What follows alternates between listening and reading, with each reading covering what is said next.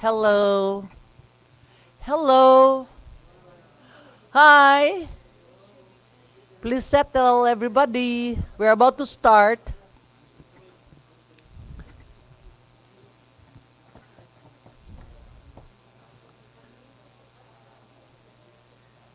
Okay, the 15th regular session of the 20th City Council of Cagayan de Oro City is now called to order. Invocation by Honorable Councilor Malvern Esparcia, followed by the singing of the national anthem, then the Cagayan de Oro March. Please rise.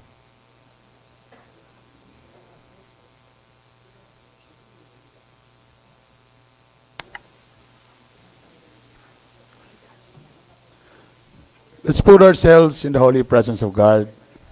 To those Catholics, you may have your sign of the cross. I am the Father, of the Son, and the Holy Spirit. Amen. Heavenly Father, we acknowledge that you are the source of wisdom and understanding and the origin of all things. We pray that everything will go smoothly as we gather here in this afternoon for another session. Lord, may you bless our nation's leaders, especially those in Cagayan de Oro, our executive leader, Mayor Rolando Clarix Uy, our Vice Mayor, Jocelyn Rodriguez, and the whole 20th City Council. Lord, help us to be the leaders you want us to be, to desire unwavering leadership that will constantly put the needs of the people first, and leaders of character that have a vision for the city's improvement with law-abiding residents and partners in societal participation. Father God, help us to be always mindful of our mission and vision, especially in regards to helping the underprivileged, inspiring hope in them that this administration will lead to first-rate public services.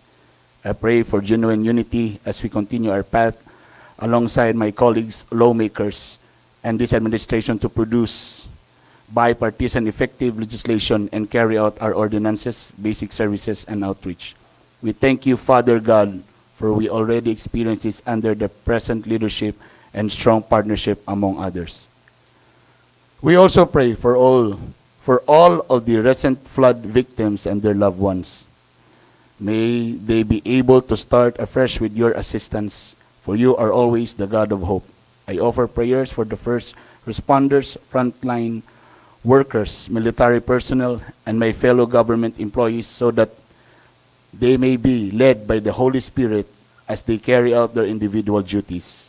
In the powerful name of Jesus, we offer this prayer. Amen.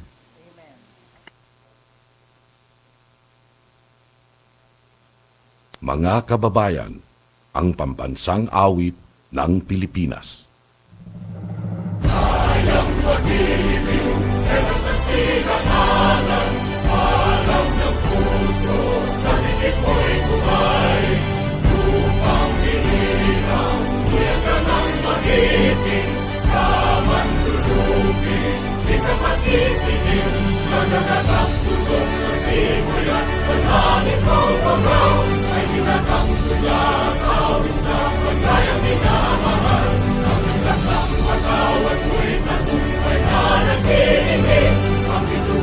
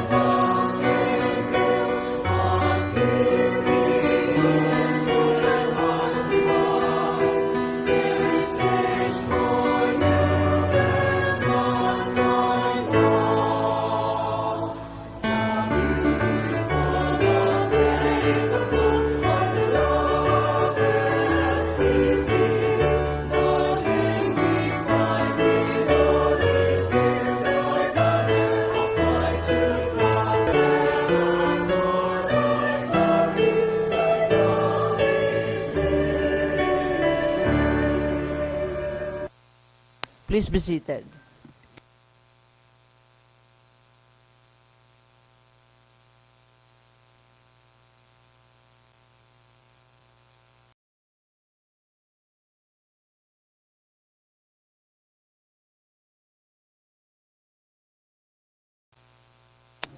Good afternoon, everybody. Good afternoon to you. And presiding officer. For the first district councilors, Honorable Agapito Heriberto Giswan, Honorable Roger G. Abaday, Honorable J.R. Pascual, Honorable Amy Rose P. Moreno, Honorable Romeo V. Calizo, Honorable George is Goking on official business, Honorable Jose Pepe S. Abot Jr., Honorable Malvern E. Esparcia. For the second district councilors, Honorable Evona Yasene B. Imano, Honorable Maria Lourdes Isgaani, Honorable Joylen Mercedes El Balaba, Honorable James K. Judith II, Honorable Ayan Mark Yunakaya, Honorable Edgar S. Cabanlas, Honorable Christian Rostico M. Achas, Honorable Suzette G. Magtahas Daba. For the ex-officio members, Honorable Yan Lam S. Lim, Liga ng mga Barangay President, and Honorable John Michael El Seno, City SK Federation President. There is quorum, Madam Presiding Officer. Quorum is hereby certified. Before we proceed, we'd like to sing a happy birthday song of Councilor Susette Magtahas Daba, to be led by Councilor Michael Seno. Please rise.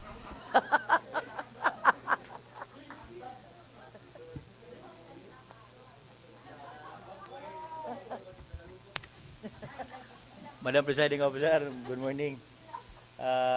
Would like to greet the happiest birthday to the Chairman and Committee on Education, and of course, Sister City, as mentioned by Councilor E.B. Imano. May I invite everybody to please sing with me. Uh-huh. Happy birthday to you. Happy birthday to you. Happy birthday, happy birthday. Happy birthday to you. Happy birthday to you. Happy birthday to you. Happy birthday, happy birthday. Happy birthday to you. Ay, kusga. Councilor Michael Seno, kusga, imong kuan, greeting Yeah. ni kuan. Councilor Susette Daba. May the Almighty Father bless Councilor Susette with more birthdays to come and more people to be served as the Chairman and Committee on Education, and more families that will be happy because their monthly income will not be anymore go to the private school. They will anymore they would rather enroll it to the public schools because our public schools are good enough. Okay. Happiest birthday. Okay, very good, very good. Very good. Okay. Anyway, Majority Floor Leader, Councilor Ayan Mark Nakaya, you have the floor.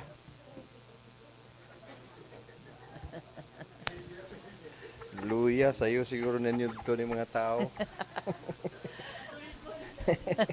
Anyway, thank you, Madam Presiding Officer, Vice Mayor Jocelyn Bebota Rodriguez, to our colleagues in the council, to the birthday celebrant, Councilor Susette Magtahas Daba, friends from the media, fellow Cagayanons, mayong hapon.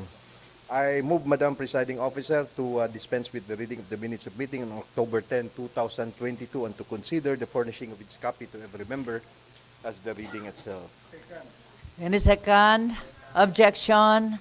I hear none. Motion is hereby carried. I likewise move for the approval of the said minutes of meeting.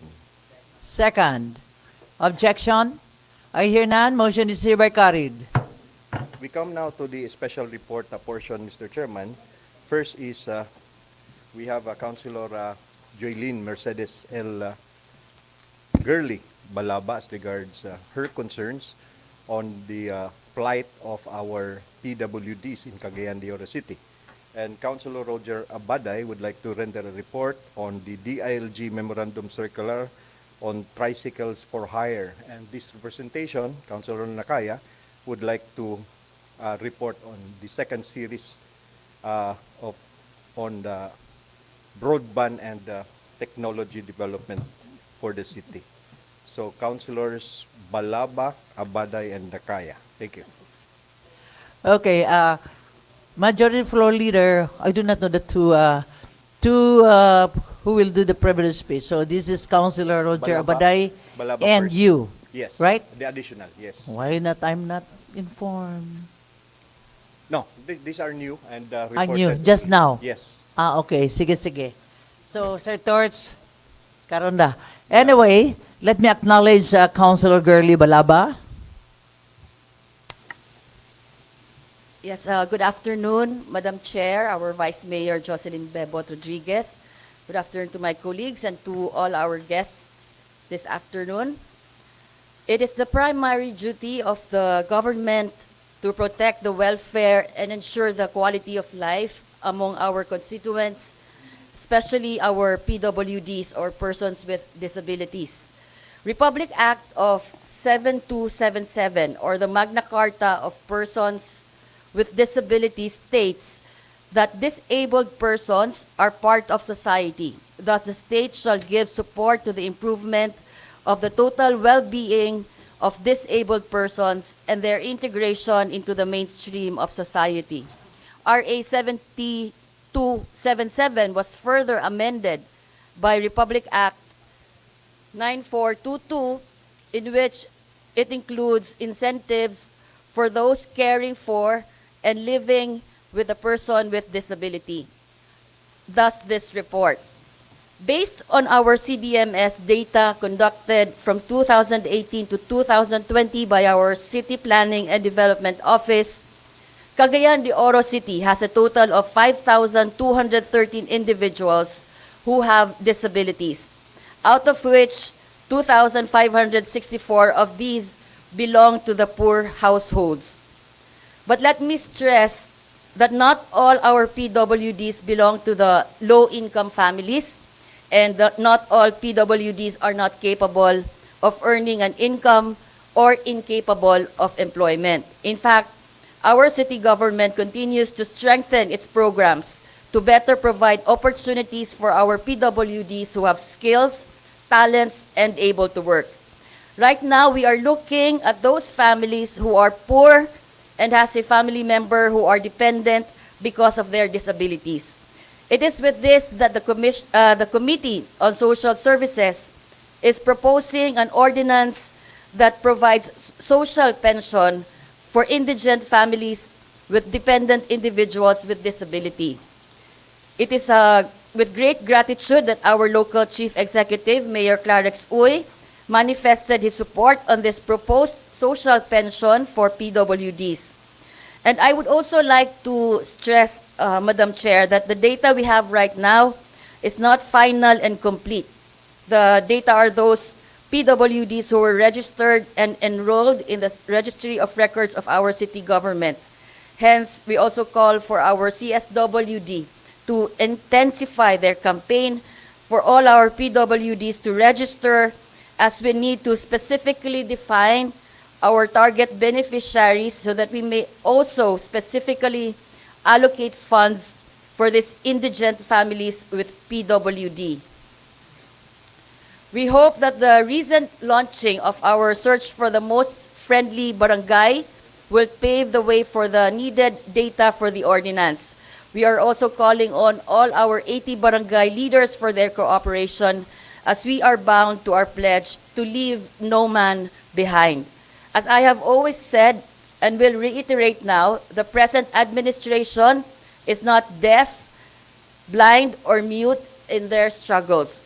To our PWD brothers and sisters, we are seen, we are heard, and we have a voice. With this, Madam Chair, I would like to refer this proposal to the Committee on Social Services for further deliberation. Thank Okay, you. thank you, Councilor Girly Balaba, any comment? Yes, Councilor Bernice Parsha. Thank you, Madam Chair. Sa tanan, may hapon, Vice Mayor, thank you very much, and to all our colleagues. Ma'am, when I saw the agenda about the PWDs, I am so happy nga ingani ang atong naisgutan karon. Kanilang gamay lang, ako lang ta ni to support and reiterate ang gingon ni Honorable Girly Balaba nga please tinuod ni hopefully ta na ma-intensify sa CSWD ang atog yung pagkuha gyud sa data kay lately manggod I'm sure some of you here also have experienced that nay mag PM nato ang mga PWDs, then when we try to ask them kung na-register ba sila or na kuan ba sila sa barangay, sadto si sako lang ning office sa tanan lang nag-PM sa ko, I don't know sa uban kay moingon sila nga wala man mi sir, wala mi naapil ng lista, wa mi naapil sa kuan. Then hopefully naputay ka ng acceptance online because we all know nga sometimes may mga PWDs nga dili pwede baka na sila nga bisag mag-PM lang on their situation sa ilang balay kay maybe gilisod sila kay lately naghatag ko og usa ka person nga naay galisod siya kay wa siya wheelchair sa may makanan lisod ang iyang sitwasyon didto. Naglisod siya kay wa man poy motulod niya kay wa siya kauban.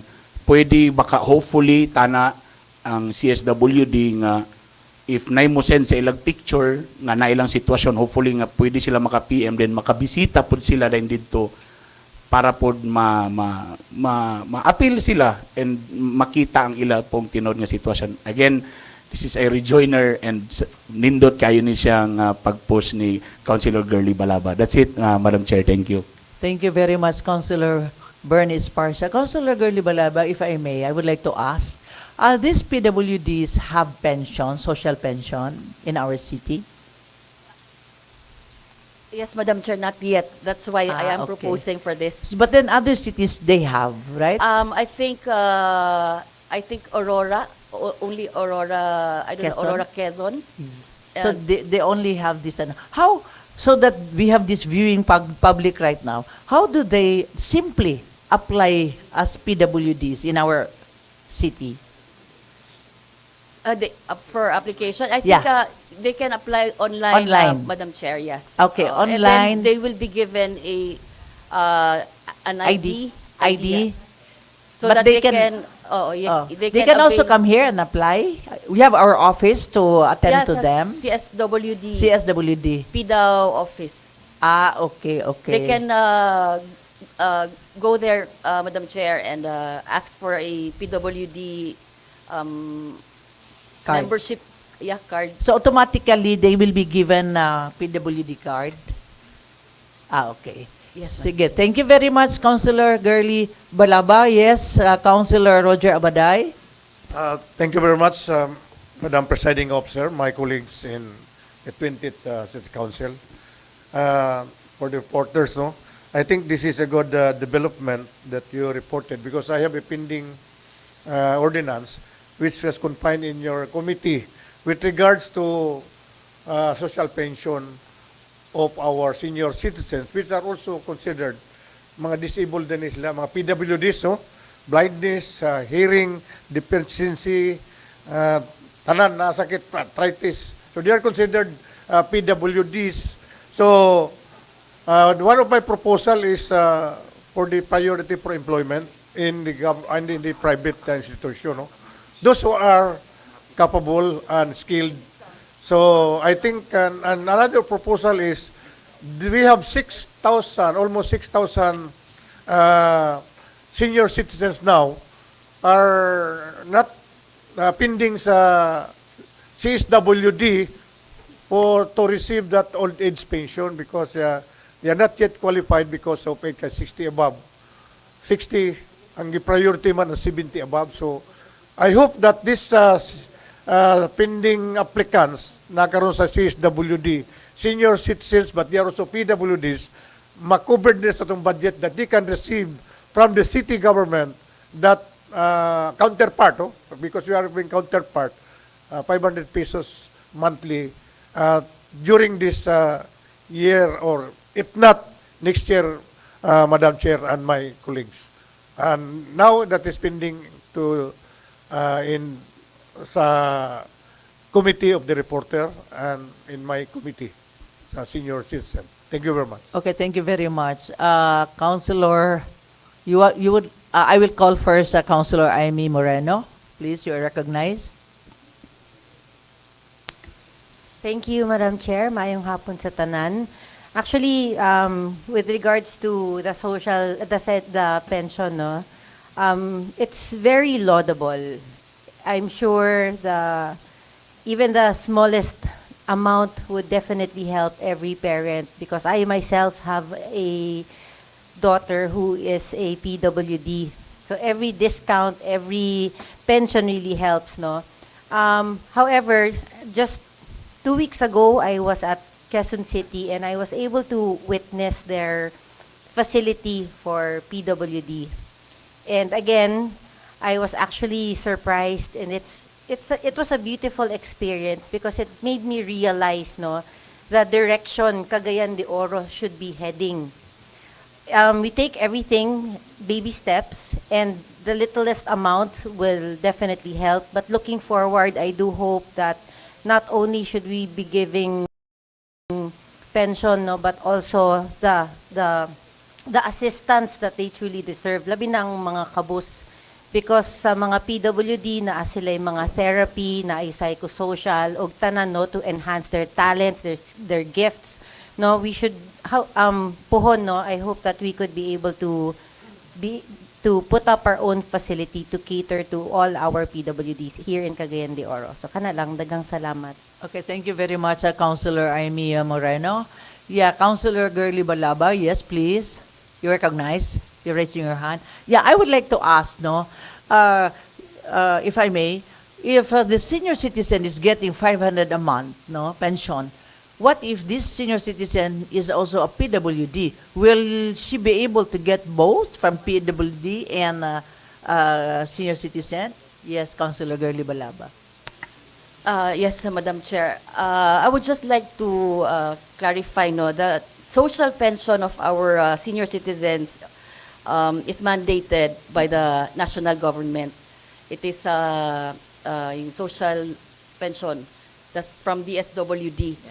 We only have our city naghatag lang og slots or budget na counterpart sa DSWD, but it's actually the DSWD who gives the social pension for our senior citizens. Ang based sa data, Sir Torch, I don't know kung ang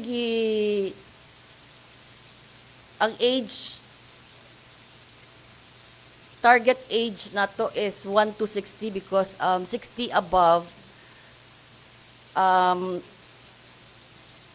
we presume na nanan sila yung mga social pension. Ang ato lang unahon kay ang mga kining mga age 1 to 60 na wala pay pension na mga indigents. So katong mga senior citizens na naman na sila ginadawat po na allowance from the government, sa nato sila gani i-appeal sa usa. Kay hinhinayon pa nato, kay tanaw nato kung pila ang ato ang city, pwede ang pila lang ang ma-afford sa atong city, and pila pod ang mga beneficiaries sa atong matagaan. Okay. Thank you, Councilor Girly Balaba. One more question, Councilor Girly Balaba. Are we getting complaints that these PWDs are not attended to?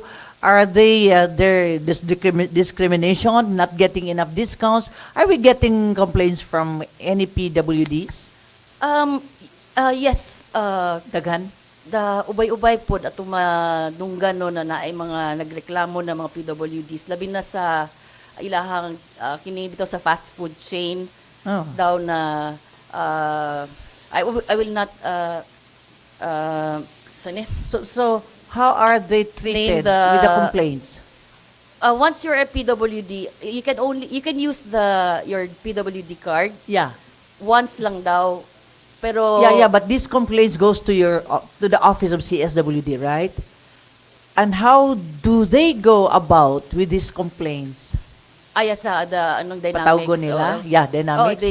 Patawgo nila? They called the attention of that said establishment. Okay. Okay. So thank you very much, Councilor Gurley. And then the next speaker, okay, Councilor Attorney James Judith. Sa imo diha, Madam Chair, sa atong halandong Vice Mayor Jocelyn Bebot Rodriguez, akong tinahod nga mga kauban sa konseho, atong pinanggang katawhan sa Dakbayan ug sa tanan ug atong mga bisita nga nadia sa likod nga bahin sa atong gallery, sa inyong tanan maupay. Maayo ang katuyuan bali ni Councilor Balaba. Ang ako isingit na lang, paimuslan na lang na akong kay gayunan kay naguna-una naman si Councilor Abaday ganina. Katulang dili lang katong sa kang Councilor Balaba katong sa iyang social pension, isingit ko na lang ni nga i-refer bali sa iyang komitiba kay daghan ta mga balaod na ganit ay ordinansa 12936-2015 pero dili nato gakatuman, napagali sa National Building Code, di gyapon nato gakatuman. Kung mahimo magtigayon ta og inspeksyon o pag-survey sa atong mga establishmento dinhi kung nagtuman ba sila sa katong mga rampa katong access sa atong mga PWDs kay daghan nagreklamo na isa dinala ko nganlan asa to nga lugar nga dako kay isa ka mall dinhi nga madisgrasya ninong samot ang PWD kay kung gikan sila dito sa ibabaw dito naman mo kaliring na nung dito paubos matabo nila ang mga sakyanan haskang habuga kay kung imog yung tumano na nasa balaod safe man unta sila. So kani nga mga butanga ug labi na pod ang atong pagpatuman sa atong ordinansa. Siguro nasayod man si Councilor Majority Floor Leader ayon na kaya kay sa ila maning panahon na patuman naduso ang maong baling ordinansa kay 2015 man ordinance number 12936-2015. So daghan mga butang. Ako isa lang ni ka component sa kung gusto magaling ta magtabang dili lang ayuda sa atong mga kini PWDs kundi sa pagpatuman sa atong mga laing-laing nga balaod. Isa pa gyud, isa lang. Di lang unta ta ma-offend no kanang ang atong elevator dinhi wa taon na nag-function kanus apa man panahon pa siguro na ni Mampor nga wala na tuman ang unya dili lang sa dinhi nga building dito pod siguro Councilor Balaba dito sa pikas nga building sa executive sa ato sa legislative wala na pud na nagana dito pod sa pikas sa executive building wala na pud nagana ang kuan. Yes. Kita man ka ang gobyerno so kita ang magkahatag ehemplo nga pagpatuman sa ato mga balaod nga lain kayo paminawon nga kita ang gobyerno nga karon ang mga PWDs walay access sa ato dinhi maminaw kung gusto man sila nga mag-obserba sa atong proceeding sa atong session. So kanila nga mga butang kinagmay. Thank you. Gawas adtong sa giingon na ni Councilor Balabang maayo nga sugyot ang ako lang unta naano tay pagpatuman sa ato mga balaod kabahin sa ato mga kaigsuunan mga PWDs. So dinhi la ko kutob daghang salamat. Thank you, Councilor Attorney James Judy. Actually, there is already a PR for this elevator because lisod yun sa tinuod lang, which is very true. No, I have to go down. When a PWD on a wheelchair would like to see me, I go down. So lisod kay otherwise ang uban di na lang yun manaka. Di na lang yun mo anak, kaya di man sila kasaka. In fact, I offer sa man lasahon ta na lang inyong wheelchair pasaka for them to see me. So, I hope Mr. Secretary that this will be implemented as soon as possible nga makuha na gyud ang atong elevator. Thank you very much. Any more? So, let's proceed. Councilor Roger Abaday, you are recognized. Thank you very much. Once again, Madam Vice Presiding Officer, Vice Mayor Jocelyn Bebot Rodriguez,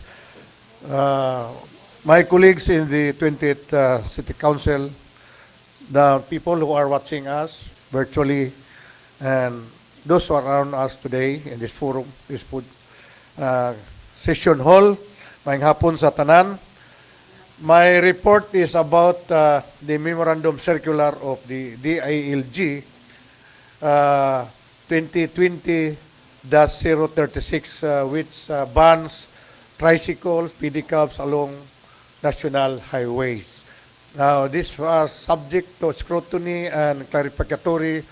Some agencies in the government, especially the LGUs, no? In one of our meeting, one of the sector questioned us, why is it that the city cannot give attention to these tricycles that will be allowed to pass in the highway. So the said memorandum my colleagues in the City Council prohibits the tricycle. We know that already.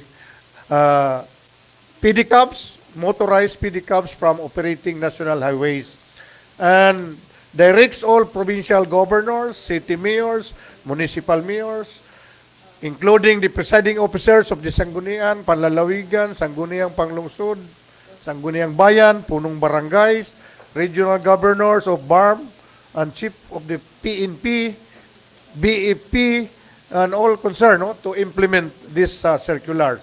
Under these memorandum circulars, the LGU are directed to review all existing routes of tricycles and pedicabs, include in their plans and construction of alternative routes for tricycles and pedicabs, which may include local roads or overpasses. Then the third is create tricycle task force committee, separate and distinct from tricycle regulatory board, which shall, among others, draft update tricycle route plan. This was on the March, the instruction was on March 17 to 20 pa. Now we are on already 20. So it has 2 years already lapsed. Now, in my inquiry to the chief sa atong RTA administrator, administrator, we have already an executive order 127 issued by the immediate past mayor, but creating the this task force. But unfortunately, because of COVID, it was locked down on the table and is not able to function. And there is a need for reconstitution and reorganization in order to address this memorandum circular that was mandated by the LGUs to create tricycle task force and traffic tricycle route plan. According to the RTA, they were not able yet to have a route plan, tricycle route plan, because of COVID daw. So wala pa ato karon. Now take note that many tricycles now are flying in all highways, national and local highways. In fact, there are already LGUs, barangays, have already giving permits to operate this kaning mga tricycles, kaning mga bao-bao, mga bao-bao na ga-operate na karon sa mga kabarangayan. So, now, because the tricycles now are, because of lack of transportation, especially in the rural areas, it becomes a common means of transportation. Not only in Cagayan de Oro, but in all places in the country, no? Now, as revealed by an unnumbered House resolution being pushed by Albay Representative Joel Salcida, there are 4.5 million tricycles, pay road users tax almost 1.2 billion every year, and pay excise tax or VAT, value-added tax, on fuel amounting to 52 billion per year, which partly fund the enormous budget of DPWH, about 650 billion. So, according to Congressman Salcida, he openly opposes the DILG memorandum and has openly called for its recall. So, gusto niya ipa-recall.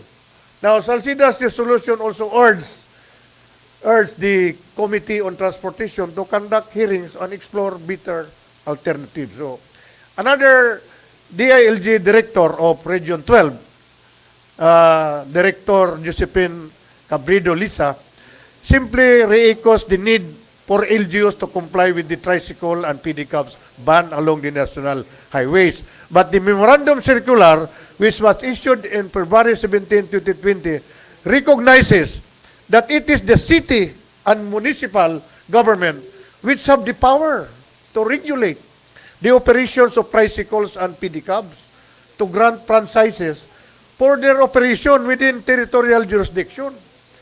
This power is, however, subject to DOTC.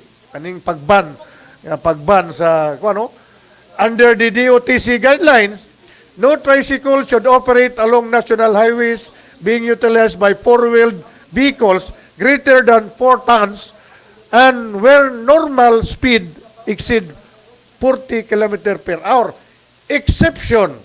An exception is, however, may be provided by the Sangguniang Bayan or Sangguniang Panglungsod if there is no alternative route through pieces of legislation or ordinance that can craft and pass. So that's one of my intention, Madam Chair and my colleagues. So in relation with these guidelines, so it emphasized that the aims of the circular is to establish proper routing plan facilities to ease traffic along the national highways. So, kinanglan ato sab sigurong malantaw kay ang problema nato karon from Bugo paingon din sa Tablon nang daghan na kayong operate karon niya gusto na mo ano, and it gives problem to our traffic enforcer because of this circular. So,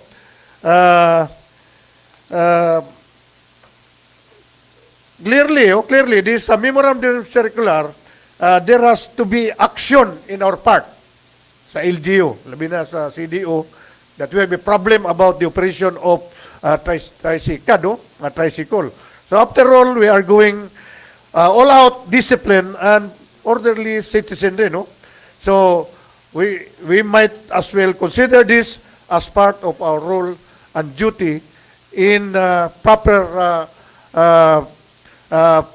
placement or allowing this tricycle to pass through our highway, provided that we have to put up an alternate of this alternate road, of course, with the coordination of DPWs, because it's so unfair nga kining mga tricycles, motorcycles, nga pag-restro pa lang dyan, nagbayad na sila, gikwaan, nagbuwis sa ilang traffic road plan. Now, why is it that they are not allowed to use the road, that they are paying taxes? So that is the main issue, Madam Chair and my colleagues, that this representation is preparing an ordinance, especially for the operation to allow this tricycle to operate in the highway or in other sub-highway for them to earn also livelihood, Madam Chair. And another, my move also is after the constitution of this tricycle committee and drafting the road plan, we have to, I'm also imposing this ordinance, Madam Chair, that allowing the tricycle to use only the right lane or the slow speed lane for safety of our pedestrians. Thank you very much, and good afternoon once again. Thank you very much, Councilor Roger Abaday. So this does not include the bao-bao appeal. So this will be discussed, no, in the Committee on Public Utilities, no? I forgot that I will refer this special report to the Committee on Public Okay. or Traffic So Committee. it's going to be bao-bao. I want to make it clear. So bao-bao, tricycad, and motorella. So these three. Okay. Councilor Romeo Calizo, please.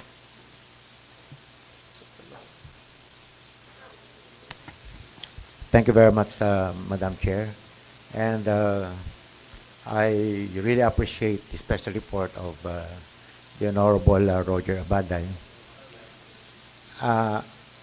While we want a strict implementation of the provisions of the memorandum circulars issued by both the Department of Transportation and the DILG,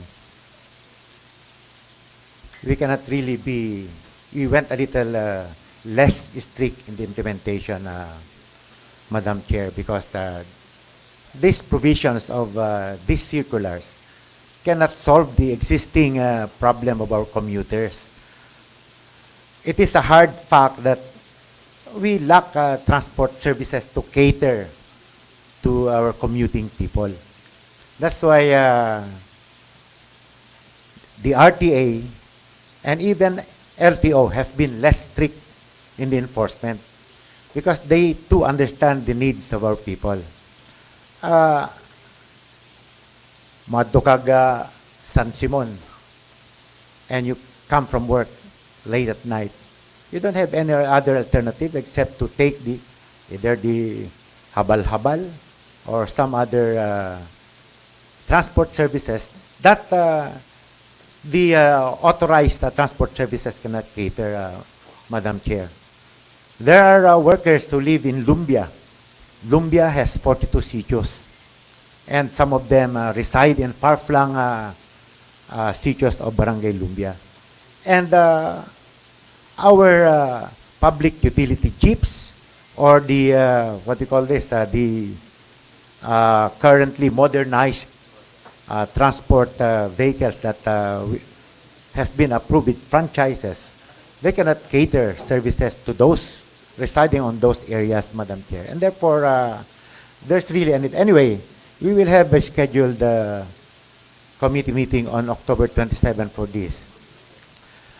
Because pending the implementation of the approved, we have already approved our LPTRP, the Local Public Transport Route Plan, which somehow defines the picture of the transport services that will be catering to our constituents here.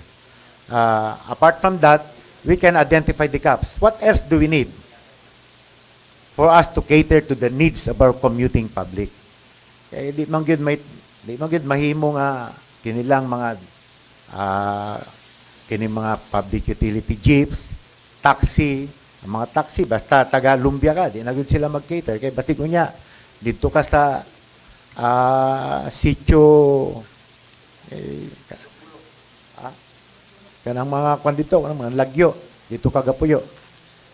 Now our authorized tricycles, that's why I agree that for the regulatory task force to be created. In fact, Madam Chair, we have already done this 2 years back, but because of COVID, these plans were all stalled. But this will be reconstituted, revisited, and probably we can again start with the appropriate actions that the council should do, for if only to cater to the needs of our commuting public. Thank you, Madam Chair. Thank you very much, Councilor Romeo Caldizo. But I understand this is very specific. What you mentioned is highway, right? Highway. And this has been an ongoing problem. O bao-bao, puragdugay na kaya nga problema. And you also mentioned about putting a lane, rightmost lane siguro, no? I hope this can be discussed and this can be, already be what you call this, given this chance, no? If things is okay for them to use the highway, then you study further. Pero if given them chance also to survive and have their own earnings, better. So let us refer to the Committee on Public Utilities. Thank you very much. So the next speaker, Majority Floor Leader, Councilor Ayan Mark Nakaya. Thank you. Thank you, Madam Presiding Officer. This is my second of a series report as regards the broadband and technology development that we would like to foresee for the city of Cagayan de Oro to avail and to provide not only for public governance but for our people's use and utilization. But at the outset, may I inform the presiding officer and the members of the council that I also asked the city mayor as regards his intention for this broadband connectivity in our local setup, framing the city government's interconnection between departments. And he happily informed us that the youngest sibling of the president, Amy Marcos, has visited his office and he informed the city mayor that she is willing to support the broadband connectivity of all departments in the city government and provide free infrastructure to support and develop this interconnectivity infrastructure for City Hall, Madam Presiding Officer. So at the soonest time, maybe we can already witness more strong and connection between and among the stakeholders in the city government. And what I'm trying now to report, Madam Presiding Officer, is the use of technology. We already have existing ordinance as regards CCTV requiring business establishments. But we don't have connection in between the private CCTV and that of the government. While some barangays have already provided CCTVs in their respective areas, again, we don't have connection. Our police could not right away and immediately identify areas with the use of this technology. Not even our CDR-MD, which is also capable to oversee the areas of Cagayan de Oro where there are CCTVs. Crime incidents are happening, and what we are dreaming about is for private individuals to witness and capture the moments where incidents are occurring. But if we have permanent and regular CCTVs to areas strategically, considering that its investment on capital outlay and cash out would be tremendous, we should strategize. We should develop a program with the aid of our police, who are experts on this, to produce a master plan that should be installed in the city of Cagayan de Oro in the areas where they are badly needed. Taguanao bridge, maybe perhaps other bridges existing, even in identified where there are potential, and due to the record and data of our police, we push for this technology to be implemented in these areas. That is why I am proposing that it's about time that we provide budget. And I understand from the city secretary, the executive has already submitted its executive budget, and maybe perhaps during the budget hearing, I've talked with Councilor General Romeo Calizo. He would really want the support of the City Council for this to be prioritized as a preventive measure, and at the same time as our own use for future study and review for another legislative agenda that maybe perhaps in the future we can modernize our own understanding of what is right now happening and in the future be prevented. So that is my proposal, Madam Presiding Officer. Maybe perhaps this report be referred to the Police, Fire, and Public Safety, to the Barangay Affairs, and for the Planning and Innovation also to be considered for study and review for future development planning on the use of technology. Thank you.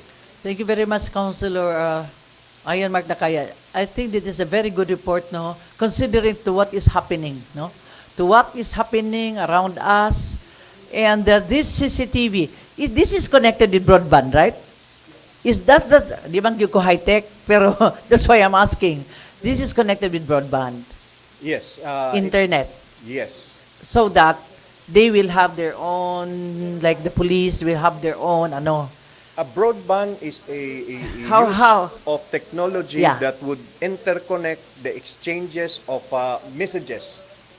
And the internet is the connection that provides all parties and stakeholders to throw, receive these messages, Madam Presiding Officer. They So are these are, ano, synonymous. okay, okay.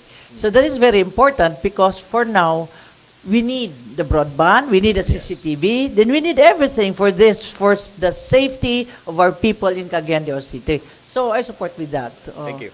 Thank you very much. Yes, Councilor Bernice Parcia?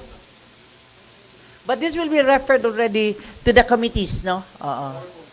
Yeah. Madam Chair, just point of inquiry lang, ang current status ba karon na to majority floor leader na nabatay current nga public CCTV ug unsay status ani karon? We only have a few along intersections within the vicinities in the poblacion. Is that functioning? Yes, you can see that in the CDRMD.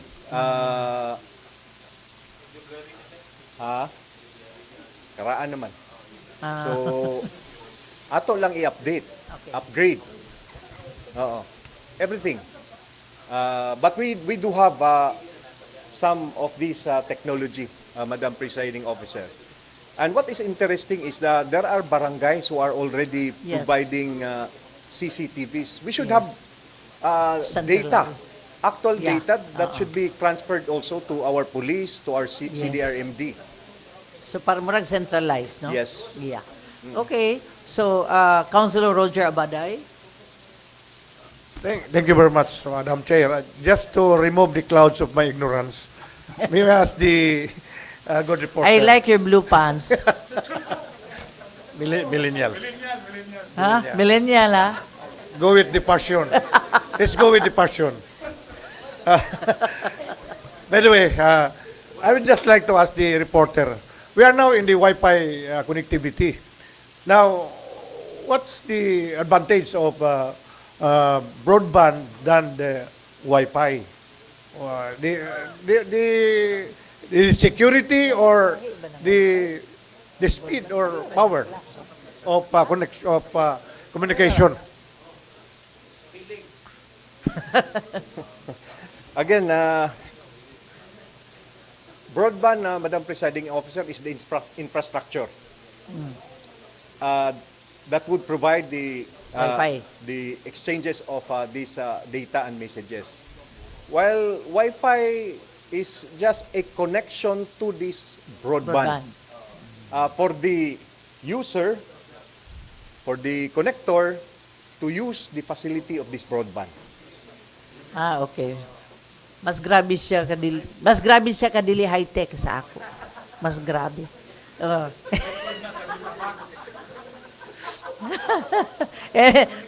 And yes, you want to. Okay ka na? Okay. So, thank you very much. Yes, Councilor Michael Seno, please. Thank you so much, Madam Presiding Officer, and of course, to the members of the 20th City Council, Friends from the Media, fellow Cagayanons, may hapon ka natong tanan. Yeah, that's a good move, Madam Presiding Officer. In fact, last week, we have this Philippine Business for Education Summit. And then, there was a panel, Madam Presiding Officer, that 5 to 10 years from now, it will be digitalized na gyud tanan. In fact, kinahanglan nagali ang workers nga kinahanglan mahibalo na sa digitalization, Madam Presiding Officer. Muna nga gwapo po ni nga mag-adapt pod ang ato ang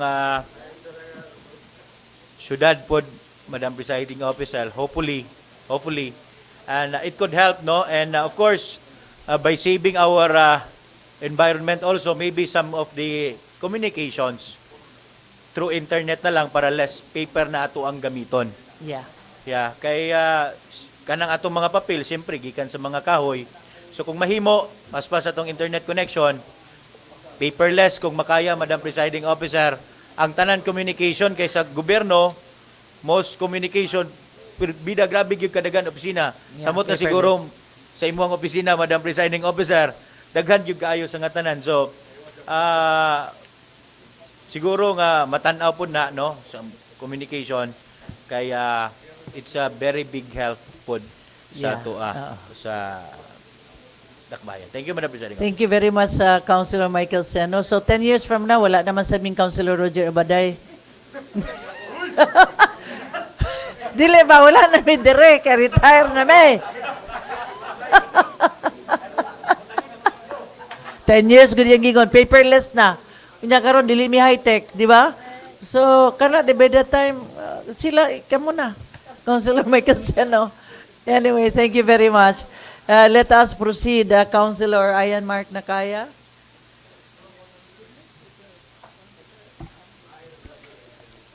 Thank you, thank you.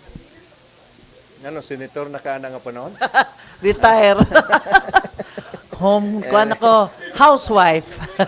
Totally Thank you, housewife. Madam Presiding Thank Officer. you. So, let's proceed now to the agenda proper. For items 1, 2, and 3, omnibus motion for considering that they have the same subject matter. One is proposed resolution number 2022-114, returning to the Barangay Council of Barangay number 23, the city, its ordinance number 22-09-004, series of 2022. Two, proposed resolution number 2022-115, returning to the Barangay Council of Barangay Bulwa, the city, its ordinance number 0808-T, series of 2022, covering its. Okay, number 3 is proposed resolution number 2022-116, returning to the Barangay Council of Barangay Lumbia, the city, its ordinance number 02, series of 2022, covering their respective supplemental budgets for calendar year 2022 with estimated incomes with information that said ordinances are operative in their entirety. May we ask the chair to recognize Councilor Yan Lamlim. Councilor Yan Lamlim, you're recognized. Madam Chair, Vice Mayor Jocelyn Rodriguez, mayong hapon sa tanan, hapon sa itong mga kauban at the back. Everything is in order. I move for the approval of purpose resolution number 2022-114, 2022-115, 2022-116. Any second? Objection? I hear none. Motion is hereby carried. Move to approve second final reading.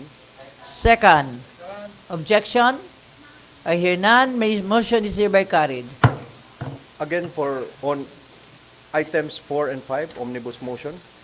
4, proposed resolution number 2022-117, returning to the Barangay Council of Barangay number 33, the city, its ordinance number 1 series of 2022.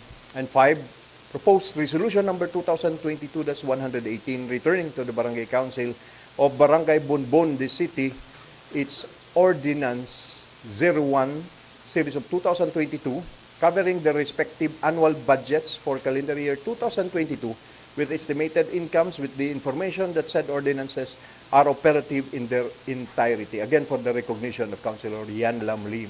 Councilor Yan Lamlim, you are recognized. Madam Chair, everything is in order. I move for the approval of resolution number 2022-17, 2022-118. Second. Objection? I hear none. Motion is hereby carried. Move to approve second final reading. Second. Objection? I hear none. Motion is hereby carried. Number 6 is proposed resolution number 2022-119, returning to the Barangay Council of Barangay FS Catanico, the city, its ordinance number 6, series of 222, entitled 2022 na siya. Okay. Entitled an ordinance requiring all the barangay supporting staff in Barangay FS Catanico to have a DTR, daily time record monthly, with information that said ordinance is operative in its entirety. May we ask the chair to recognize Councilor Yan Lamlim again. Councilor Yan Lamlim, you are recognized. Madam Chair, everything is in order. I move for the approval of resolution number 2022-119. Any second? Second. Objection? I hear none. Motion is hereby carried. Move to approve second final reading. Second. Objection? I hear none. Motion is hereby carried. Number 7 is proposed resolution number 2022-120, returning to the Barangay Council of Barangay Cugmandi City its ordinance number 1, series of 2022, entitled An Ordinance Providing for the Elimination of the Worst Forms of Child Labor and Affording Stronger Protection for the Working Child Against Abuse, Exploitation, and Discrimination in the entire Barangay of Cugman, Cagayan de Oro, with the information that said ordinance is operative in its entirety. Again, for the recognition of Councilor Yan Lamlim. Councilor Yan Lamlim, you recognize? Madam Chair, everything is in order. I move for the approval of 2022-120. Second. Second. Objection? I hear none. Motion is hereby carried. Move to approve second final reading. Second. Objection? I hear none. Motion is hereby carried. Number 8 is proposed resolution number 2022-121, accrediting the Philippine Shutukan Karate Association Region 10 Incorporated for purposes of its membership in the local special bodies. Pursuant to the ILG Memorandum Circular number 2022-83 and Article 64, Rule 13 of the Rules and Regulations implementing the 1991 Local Government Code, or funding its project from the city or other sources as required under the COA circular pertinent thereto. Move for its approval, Madam Presiding Officer. Second. Objection? I hear none. Motion is hereby carried. Move to approve second final reading. Second. Objection? I hear none. Motion is hereby carried.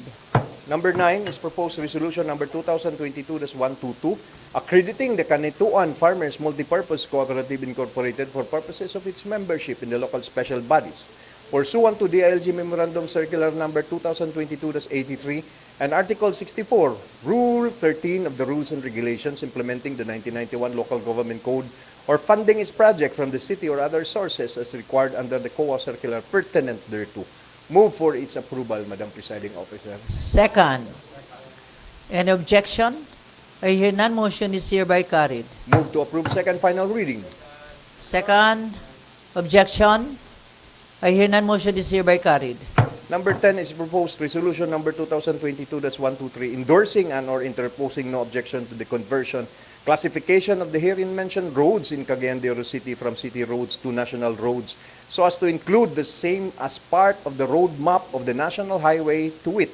First Legislative District A, Cagayan de Oro Coastal Bypass Road, starting from Barangay Bunbun towards Barangay Bulwa, Cagayan de Oro City, with a total length of 4.874 kilometers. B, National Highway Coastal Road Puntod Section to Ipunan Section. Second Legislative District C, 4.8 kilometer road Coastal Road Gusa to Julio Pacana Kauswagan Bridge Section, National Highways Coastal Road Puntod Section. We ask the Chair to recognize Councilor John Michael Seno. Councilor John Michael Seno, please. Good afternoon, Madam Presiding Officer. I so move resolution number 2022-123. Second. Second. Any objection? I hear none. Motion is hereby carried. Move to approve second final reading. Second. Objection? I hear none. Motion is hereby carried. Number 11 is proposed ordinance number 2022-47, approving the application for simple subdivision of Pablito Amarili, covering lot number 10, Block 24, PSD number 76020, with an area of 240 square meters located in Barangay Makasandig, the city, containing 2 lots subject to the conditions imposed by the City Engineer's Office, CEO, and the City Housing and Urban Development Department, both this city. May we ask the Chair to recognize Councilor Edgar Cabanlas. Councilor Edgar Cabanlas, you are recognized. Thank you very much, Madam Chair. Majority floor, I move to approve the said ordinance. Any second? Second. Objection? I hear none. Motion is hereby carried. Move to approve second final reading. Second. Makadungog mo sa ilang second. Okay. Objection? Motion is hereby carried. Number 12 is proposed ordinance number 2022-48 approving the alteration of land of a portion of Block 1, Lot 2 located in Barangay Kamamanandi City from residential lot to road lot to be used as access road going to Eco Verde Caiyo subdivision with an area of 100 square meters as applied for by the Kugon Market Multipurpose Vendors Homeowners Association Inc. represented by its HOA President Cleofe S. Zamora Sabando, and for this purpose, amending ordinance number 6409-1998. Again, for the recognition of Councilor Edgar Cabanlas. Councilor Edgar Cabanlas, you're recognized. Everything is in order, Madam Chair. Move to approve ordinance. Any second? Second. Objection? I hear none. Motion is hereby carried. Move to approve second final reading. Second. Objection? I hear none. Motion is hereby carried. Number 13, proposed ordinance number 2022-49, approving the application of Mr. Eutropio Lu Bios, cockpit manager in Dahag Square Garden, Barangay Indahag, the city, for a permit to conduct a three-stag derby at the said cockpit on October 28, 2022 on the occasion of its commercial expo for local banded stage derby of Northern Mindanao, including Misamis Oriental, for the cleanup of early bird stag derby. May I ask the Chair to recognize Councilor Roger Abaday. Councilor Roger Abaday, you're recognized. Thank you very much, Majority Floor. Madam Chair, considering that all requirements has been complied, according to the certification of the City Legal Office in Law and Ordinance, I move to approve this ordinance. Any second? Any objection? Okay. Councilor Attorney Joey Abu. Then next is Councilor Michael Seno. You're recognized.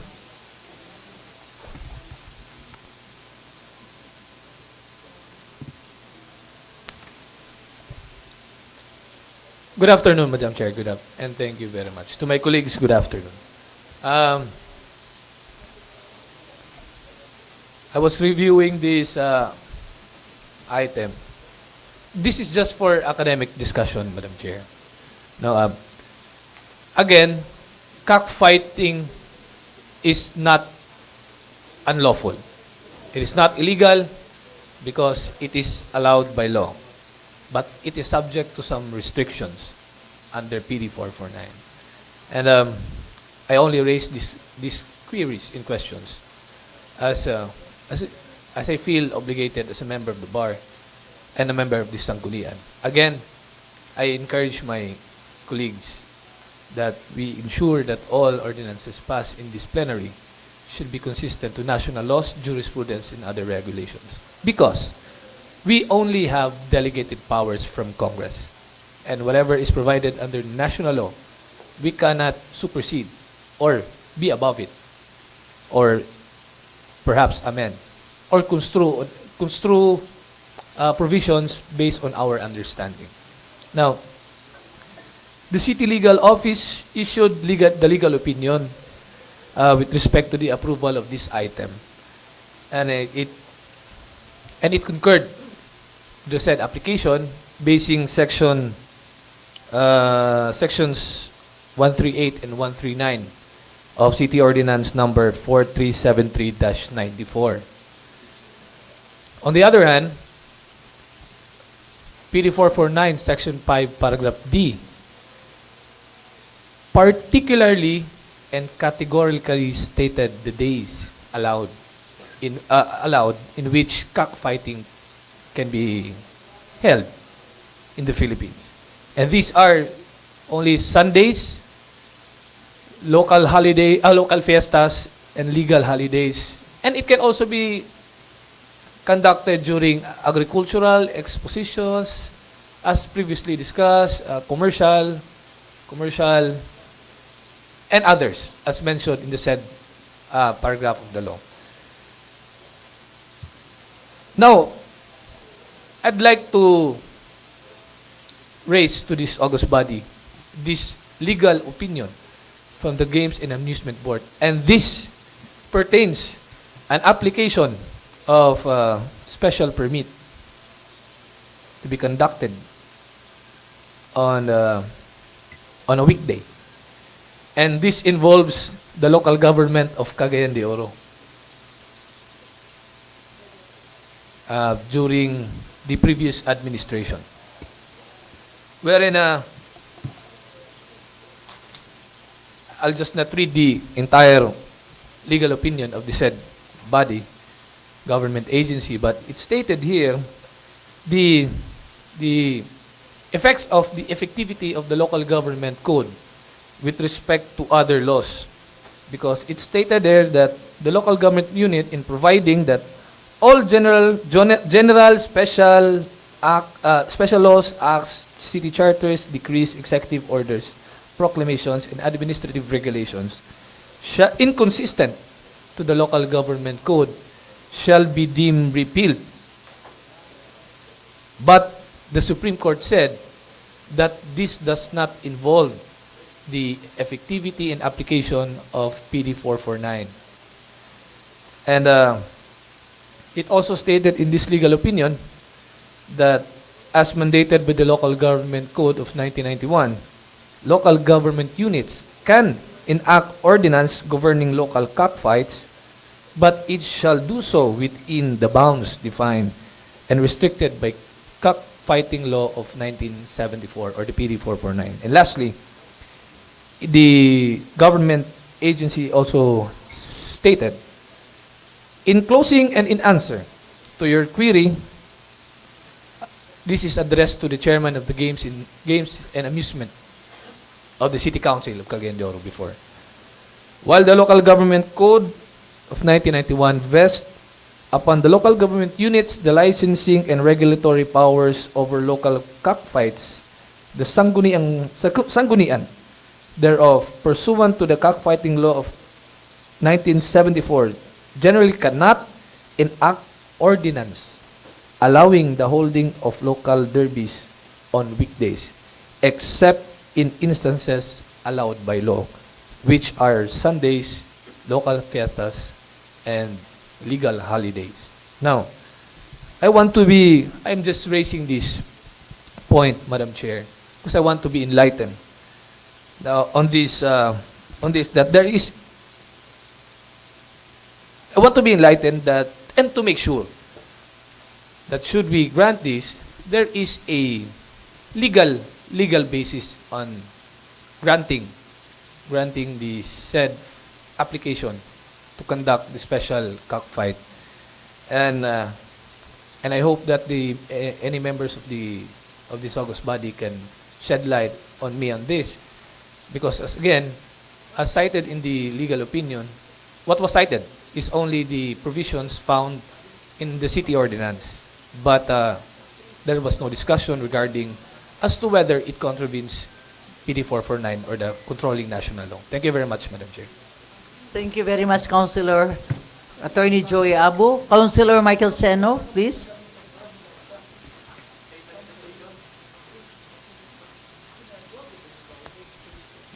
Madam Presiding Officer, good afternoon to my fellow councilors in the 28th City Council. Good afternoon, everybody.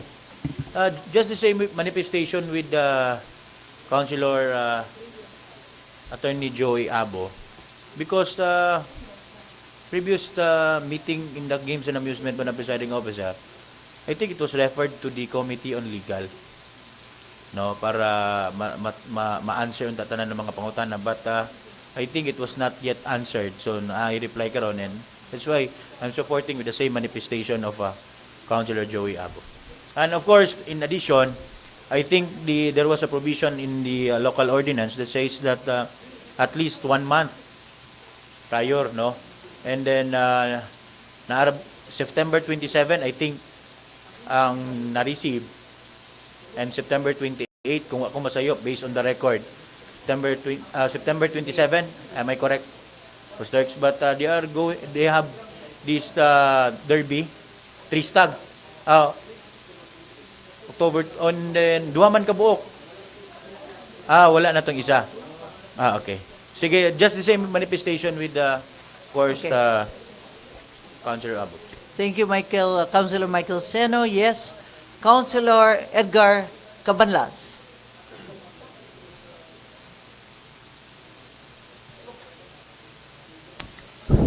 Thank you very much, Madam Chair. I've been very open and lenient on issues of cockfighting because I consider that as part of the culture of Filipinos. Even though I do not gamble, but that's happiness insofar as the majority of Filipinos are concerned. And we respect that. But in a decision recently released by the Supreme Court last September 2022, the mayor of Babatngun town of Bohol, I think, was convicted of up to 7 years of imprisonment for violating the Anti-Graft and Corrupt Practices Act for issuing a permit to cockfighting, which is in violation of the cockfighting law in relation to 7160 or the local government code. Now, this is a new decision. Because the mayor issues the permit and the Sangguniang, I think, approved the permit. So it now involves the Sangguniang. And I have here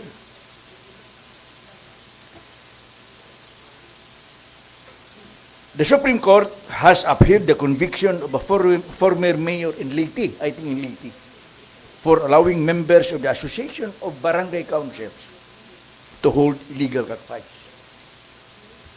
He was convicted, as she's a lady, so she was convicted of up to 7 years of imprisonment and perpetual disqualification from holding office, public office. Now,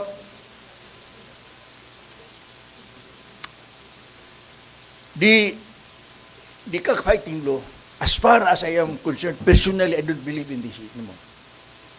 When the local government code was passed, it actually repealed this law.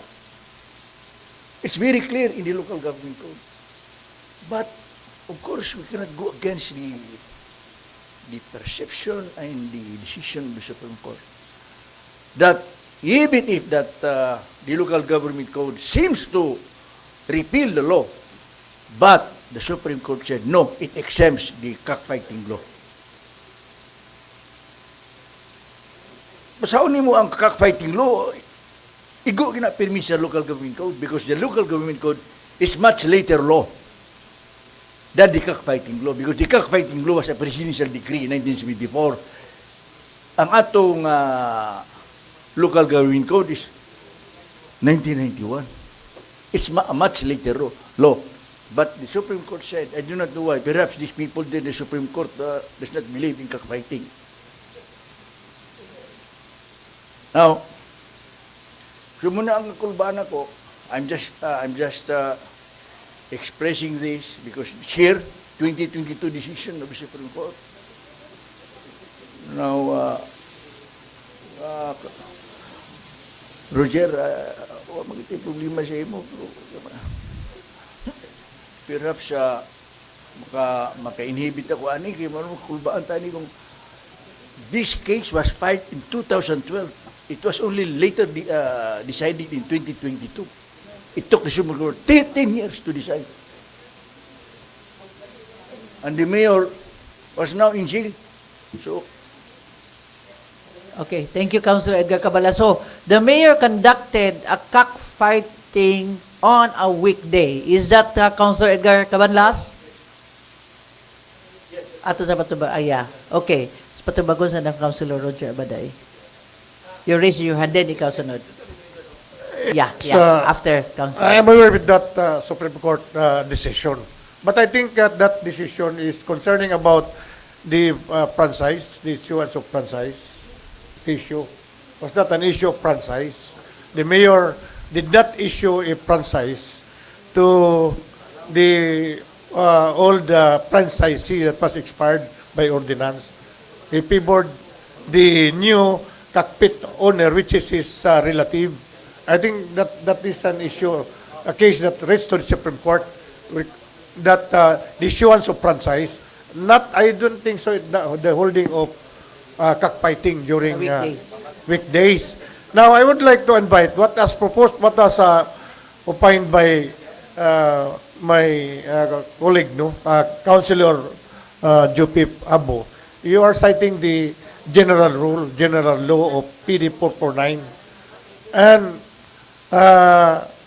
you have to read also the exceptions aside from holding Sundays, cockpit or derby. There are sections, I think A, B, C to D, that allows the holding of cockfighting. Commercial, agricultural, exposition,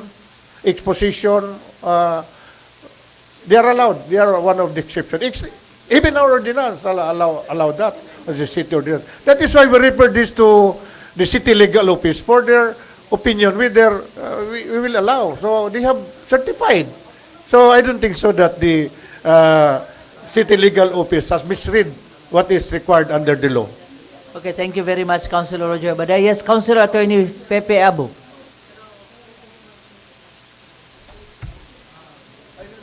Thank you again, Madam Chair.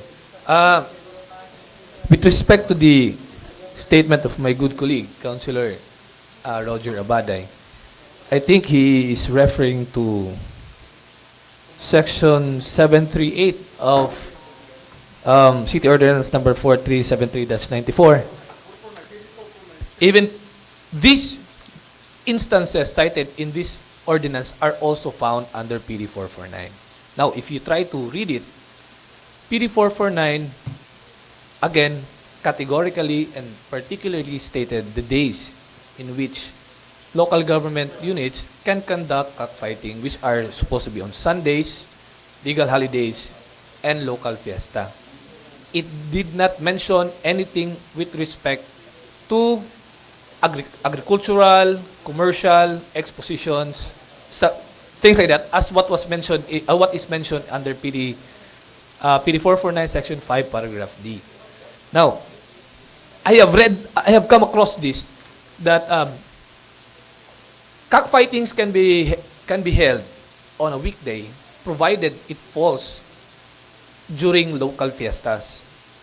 So, I think that's the only exception in which cockfighting can be held on a weekday.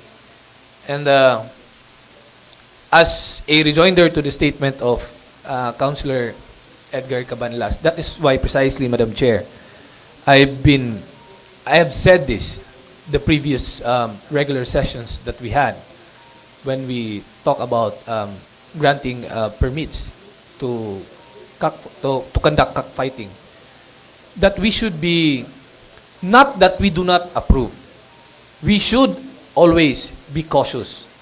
Because under PD 449, there is a penal provision there. And should we approve this, item, that is why I'm precisely saying that we should have legal basis on whether we should approve this or not, so that we will not face any legal repercussions later on.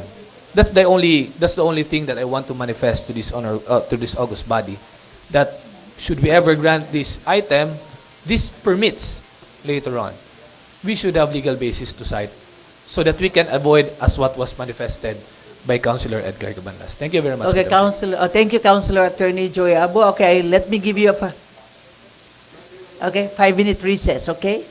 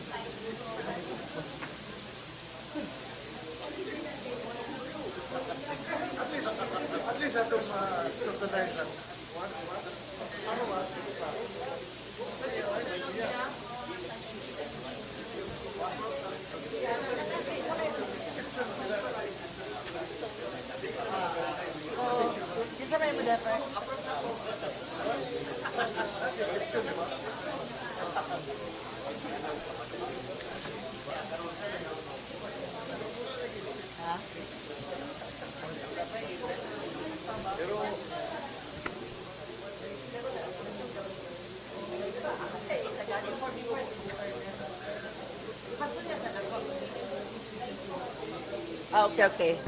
Okay. Session resumed. Let me call, please be seated. Everybody, please be seated. Let me call Councilor Girly Balaba first because she's raising her hand. Yes, thank you, Madam Chair. I perfectly understand the our argument of our good Councilor Joey Abu na nga nung sa Sunday, ang 28 falls on a Friday. Pero sa ato po, three stag derby, 3 days kani. Usa man na pagka kung i-Sunday lang nato, di ba? Nagid siya maigo gid ang like Sunday, Monday, Tuesday, or Sunday, Saturday, Friday. So 28 So Friday, Saturday, is a Friday. 3 days. Oo, 3 days.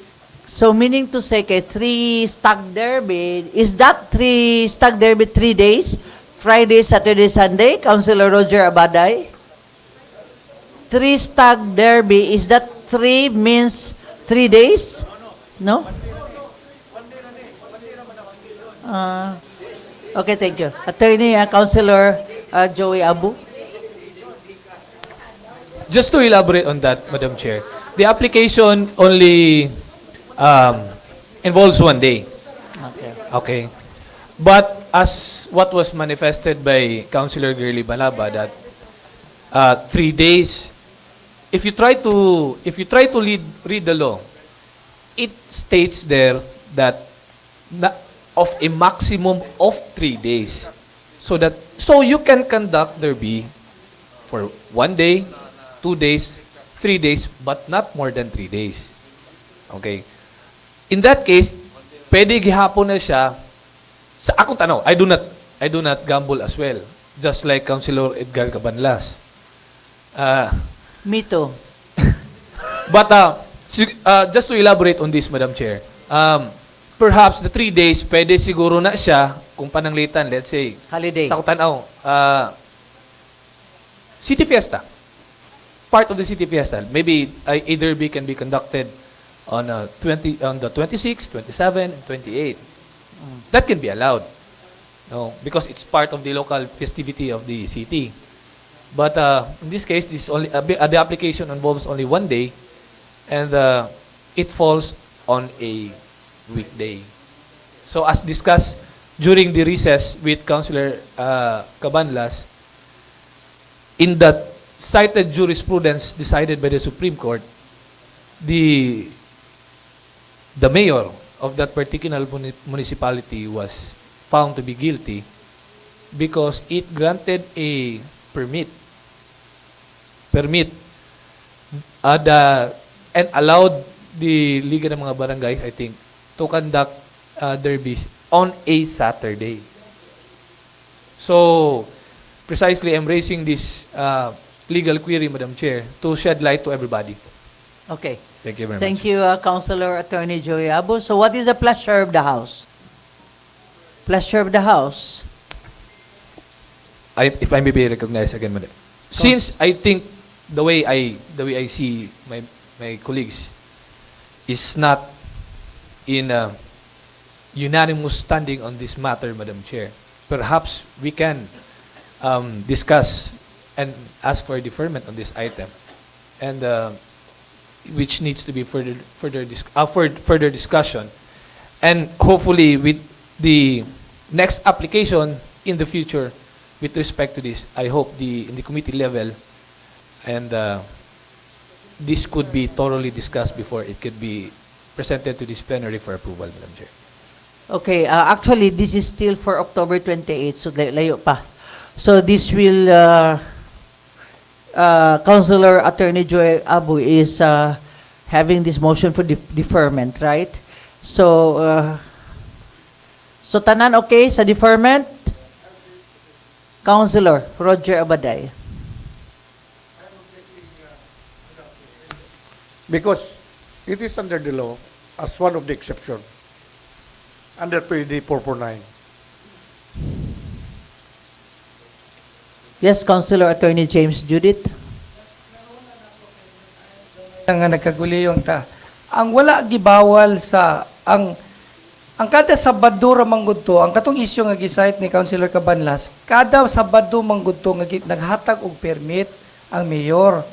Oh, ang Kada kanina man Sabado. ato na kada Sabado mo man tong nga na disqualify sila punya na pag yung naghatag sa EBC ang gitagaan mo lugar kung sa ato nga kabahin gitagaan lugar nato si Councilor Yan Lamlim og permit nga magtigayon og ang EBC lugar og kining sabong sa kada Sabado. Mora man na ang isyu da karon. So, ang pabilin karon dinita nagtutok 3 wins ta paray wala lagi ngon nga tulo ka adlaw. 3 wins in 1 day. Manang Friday. Mao na ang ato lang dalalisan ani karon ang meaning- adlaw. Pwede meaning- pagyapon ta. Na priso, kay tungod, kada Sabado. Kay gihimo man nilang kada Sabado gi-abuse na nila. Mao na ang naa sa balaod. Wala na ingon kay tungod kay nag-issue og permit para lang sa Sabado nga pagdula dili.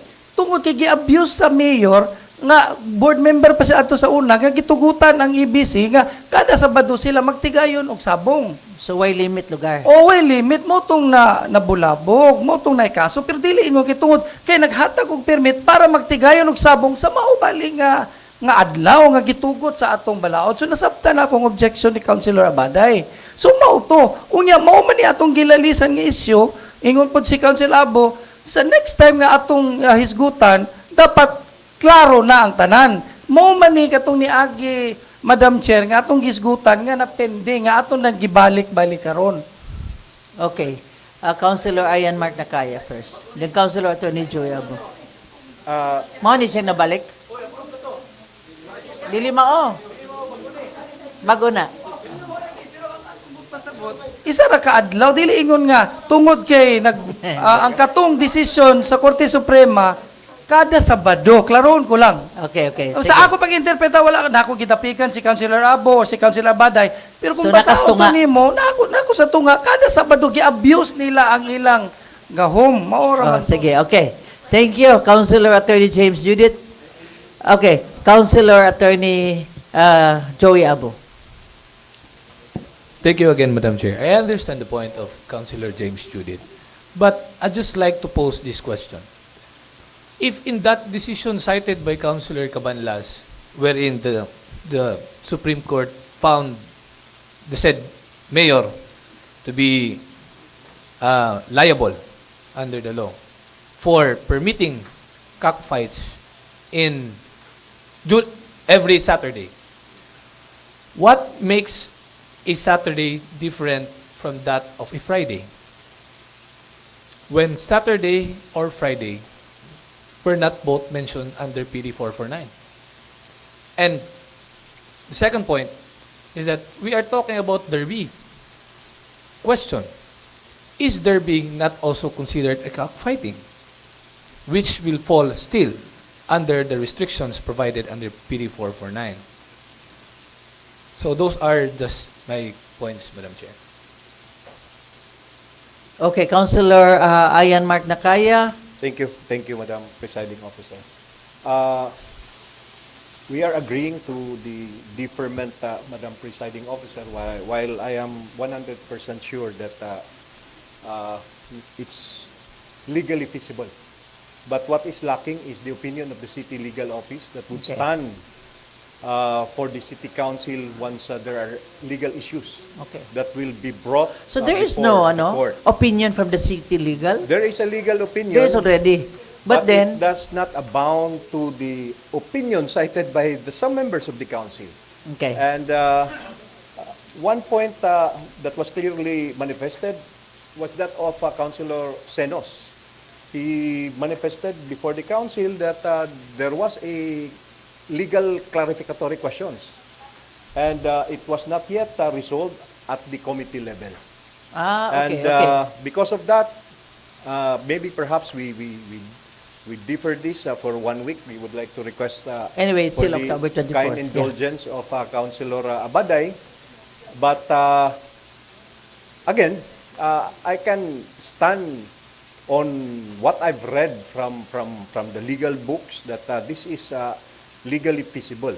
Okay. But with the opinions being raised, with the tendency of the request of the committee for guidance from the city legal office, we desire that these things be settled at the legal office. Okay. Thank you. So is Councilor Roger Abaday amendable to that? To this deferment? Kaya siya manggoy ko an. With my heavy heart, I agree. Anyway, are you sure? Okay, bitaw. Bitaw, actually, we still have enough time, Councilor Roger Abaday. So, there is this motion for deferment. Okay, for further, no? Further evaluation, further studies. So, we still have enough time for this. So, motion for deferment. No objection. Second, objection, none. I hear none. Motion is hereby carried. Please proceed, Councilor Ayan Marta Kaya.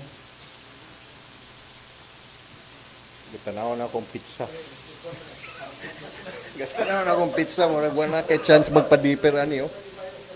14, proposed ordinance number 2022-50 approving the application of Mr. Isigani Pili Gaspi President Kanituan Pagatpat Cockers Association for a permit to conduct a special cockfight on October 19, 2022 at the Kanituan Pagatpat Cockpit Arena on the occasion of Barangays Pagatpat and Kanituan Agricultural Fair. For the recognition again for the motion, Councilor Roger Abaday, Madam.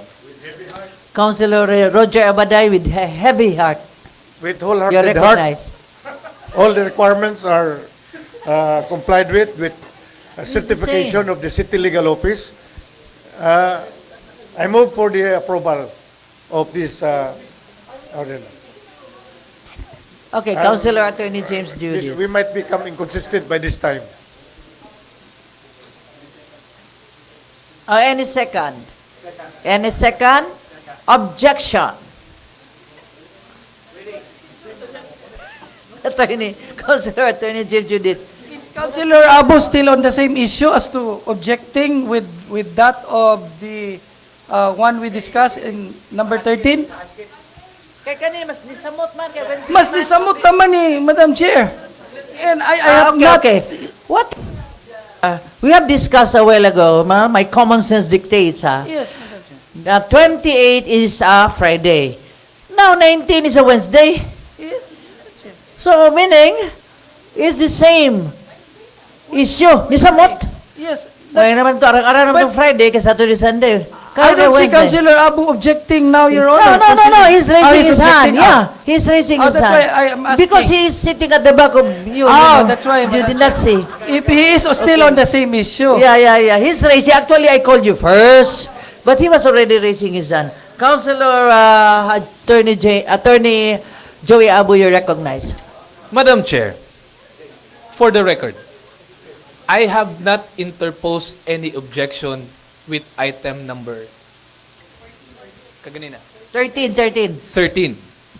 I am only raising a legal question, which this august body must resolve first. And since we are now in this item, I make the same manifestation and hope that any members of this august body can give clarification. Thank you very much. Any comment? Okay, Councilor Romeo Calizo, you're recognized. Thank you very much, Madam Chair. The regular holding of a cockfight is on Sunday, and that is provided for in PD 449. And when a cockers club or a cockers association holds cockfight aside from Sunday, that is a special cockfighting day. Madam Chair. And that's why this Cockers Association is requesting a permit to conduct the same, not on a Sunday, so on a day aside from Sunday. In the case of the request of the Kanituan Pagatpat Cockers Association, it is on a Wednesday. So they are requesting for a special permit in celebration of kinamangit atong mga kaigsuunan sa kabukiran na sila'y pasalamat usahay sa kanang may ilang produkto dadun sa ubos kay uga sakon sila sa mga incheck, mas barato man ang ilang pagpalit dito. And that's why they have to bring their goods down for a more profitable price, Madam Chair. And in the case of this request that will be in the letter, be held on October 18, it is in celebration to their Thanksgiving sa ilang mga apo for a good sale of their goods. And, cockfighting is just like basketball. It's sports. Without the betting, that's not gambling. In reality, Madam Chair, all sports in the Philippines, naagay pusta. Bisag basketball, tennis. So, same way with cockfighting. And it is the opportunity of the people from the hinterlands to bring down also their breeds para ilang i-display for sale. Kaya, profitable man sab ni magbaligya o kining fighting cocks, Madam Chair. And so, this case of the Kanituan Pagatpat Cockers Association's request is a little different from the prior request, Madam Chair. So, since it is an informal celebration, a Thanksgiving celebration, Madam Chair, this can be authorized as one of those provided for in celebration of a feast, and that is Thanksgiving, Madam Chair. And so, I move for the approval also of this said ordinance, Madam Thank Chair. you, Councilor Romeo Calizo. Yes, Councilor Bernice Pasha. Thank you again, Madam Chair. I'm just wondering, Madam Chair, I know these cockpits are not new cockpits, no? So, dugay na ni sila. Me as a neophyte, I'm sure these cockpits, they did not, send a letter for a permit nga first time po ni. So, I'm sure kabalo sila po nga weekend. I'm just wondering lang, sa mga prior ba, or first time ba ni sila naghatag og permit nga nahulog sa weekdays? First time ba ni nahitabo nga naing ani? I'm just wondering lang, Madam Chair, kay dugay naman ni nga mga cockpits or what happened day before? Dali ra ba? Mas na-approve ba diretso? Unsay diferensya sa ilang gipag-submit sa una o karon? Maula na ako, Madam Chair. Thank you. Thank you, Councilor Bernice Pasha. Yes, Councilor Roger Abaday. Then There's no Councilor difference. Edgar Cabanas. This was in practice before. As being a councilor from 2007, I think this is the same practice that the blessings cockpit and the city mayor is giving special permit to the cockpit's owner. Now, my observation, Madam Chair, and my colleagues, that we would also do the reading, no? Because we are legislator, so that we will not be confused, and we can decide as to the issue, especially this legal issue. I maintain that this is in the bounds of the law. Unsa may atong tuon nga asa to i-refer? The city legal office has reviewed this application.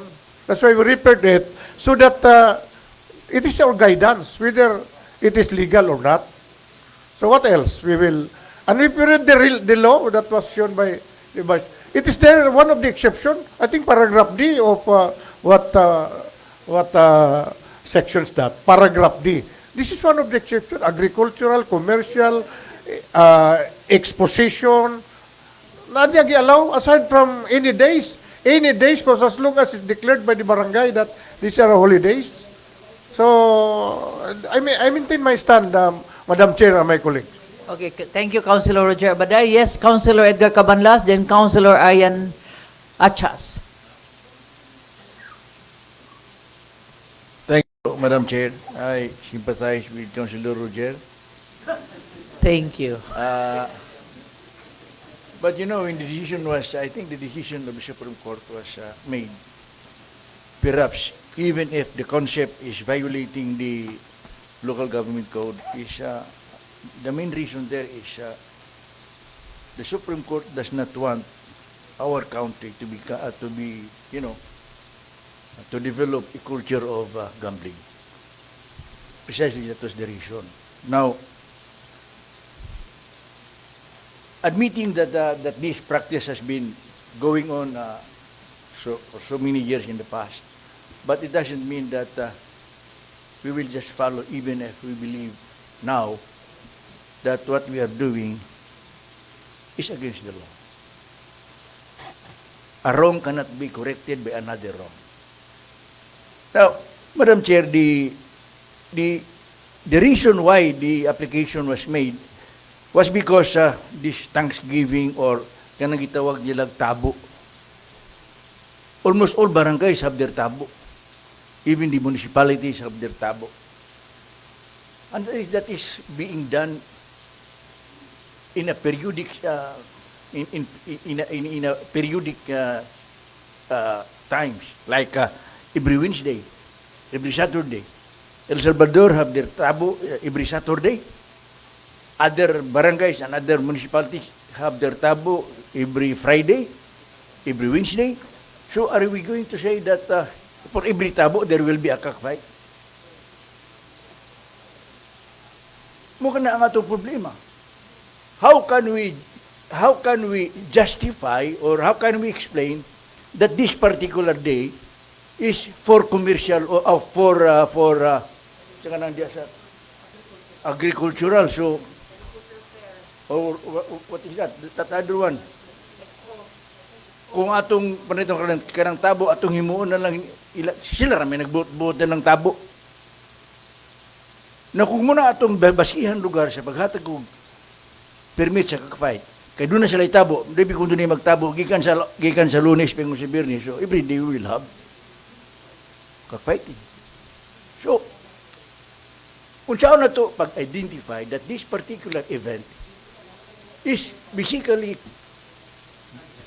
correct. Nga nagingon naman ang balaod nga ang atong cockfight is only Sunday or kanang mga fiesta. Klaro kayo ng fiesta. Now, kung atong doon na kayo tanang rason pag-justify nga doon na kayo tabo o doon na kayo cockfighting every day, then mo create kita situation or rason nga, Monday, ugma siya, masusunod Monday, aton magbutang na sa taglain nga, maingon ta nga, lain na siya. Naway undang nga itong cockfighting. So, nagirason nga, substantial reason, nga mayroon kita, commercial, industrial, dili kay, kita lang magbuot-buoto, ugma, industrial, ugma, commercial, ugma na sab, kanang, sa kanang uban niya. Ha? Agricultural. I mean, dula-dula naman eh. So, Madam Chair, ako, I've been part of that mistake before because we approve. But I think it's time for us to re-examine, revisit our attitude in dealing with these issues. Okay, thank you, Councilor Edgar Cabanlas. Councilor Michael Seno, Councilor Roger, then we're done, okay? Last, Councilor Roger Baday. Good afternoon once again, Madam Presiding Officer. As a support to the query of manifestation from Attorney Edgar Cabanlas na saying na how do we determine if it's agricultural, commercial, expo, industrial, who say so? Nga industrial na siya. In fact, that was the question being raised during the deliberation in the committee. In fact, I think the good councilor, the chairman on Committee on Games and Amusement, have asked the applicant to submit a certification from the barangay nga nag-agricultural. Na mangutan na lang ko, Madam Presiding Officer, because wala man gyud na attached danhi ang katong certification kay bisag kato na lang atong basis kay ang barangay knows everything sa ilang barangay, no? The barangay captain knows everything unsay gakahitabo. Kung nahitabo dito, then kung if there was a certification nga kana gid nga adlaw magtabo gina kay naghangyo ang inani kinsa ni mga personality, because that was raised during the committee deliberation, Madam Presiding Okay. Officer. Thank you very much, Councilor Michael Sano. Yes, last, Councilor Roger Abaday. Thank you very much, Madam Chair. Muna, maghahangyo ko nga, basta committee meeting gani, katumay murmuatin yun. Ano man? Para pag-abot sa plenary din ito maglalis. During the meeting, I required these two applicants to submit to me a barangay resolution that it is declared as such as kung sabi ni agriculture. The barangay captain, I asked, okay, barangay captain of Lumbia, kanituan, and although they are present, but what is your basis of declaring agricultural, commercial, or something special there be? There must be a resolution by the barangay. Oh, there is a resolution passed by the barangay council, including the pagatpat. So, I asked that during the committee meeting. Now, to resolve the impasse, Councilor Abu is asking for legal explanation. That's why I told you have to read our law also. I know lawyers are wild readers of law, pero basta kita mawasa sa tagbalaod para at this time we can also decide.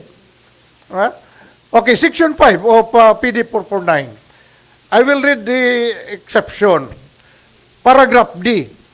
Holding of cockfights except provided by the decree, Sundays. Kanang Saturday noon ako supa ko di na allow sa balaod. Sundays lang sa 449 except allowed by the decree PD 449. Cockfighting shall be allowed only on licensed cockpits during Sundays lang, and legal holidays, and during local fiestas of not more than one day. It may also be held during provincial, city, municipal, agricultural, commercial, industrial fair, carnival, or exposition or similar period trades upon resolution of the province, city, municipality where the carnival or the... That is in the law. Now, if we will not approve kining agenda 13 or 14, we will become inconsistent. It is the law.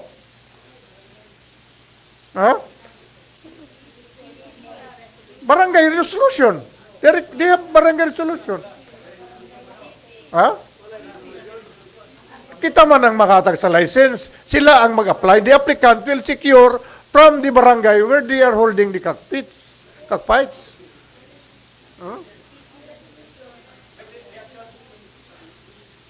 Councilor Girly muna. Councilor Girly Balaba. Ato na ning paspason, ha? Now, there is this motion already for deferment. Yes, I would just like to outline lang ang legal opinion from the City Legal Office na kini sa item number 14, this is as considered a special cockfighting. So ang section 738 of City Ordinance Banina 437-394 ang nag-apply sa kining special cockfighting na application. So ang wala ni dili ni siya ang section 739 kay para sa Derby man. So muna siya ang nasa page 138. Madam Chair, na considering that the application is in nature of a special cockfight, then the applicable provisions of the law will be section 738 and not section 739. And 738, Special cockfighting, upon the approval of the City Council. Okay, so what is the pleasure of the body again? Nangawala Okay. naman to. Naman, no? Ano to? Section 738 is not 739, 738 nga provision.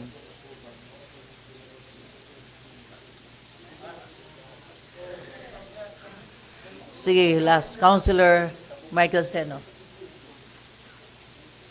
Just a quick reaction lang based on manifestation of the good chairman on the Games and Amusement. Yeah, I was there when nag-deliberate sa committee, and I have not seen the barangay captain of Barangay Pagatpat nor the barangay captain of Barangay Kanituan. Pardon me kung nasipyat ko, nga wa na ko nakita. Or Siya nakita. unfair kay Madam Presiding Wala Officer. ka nakit eh. I mean, wa na ko nakita siguro sa committee kung ugali naa. If kay ang Kasi akong- wala nakita ng kapitan o ikaw? ang captain, the barangay captain. Ah. And then also the resolution, Resolution is wala. muna kung nangutana ko sa Wala. secretary, Okay.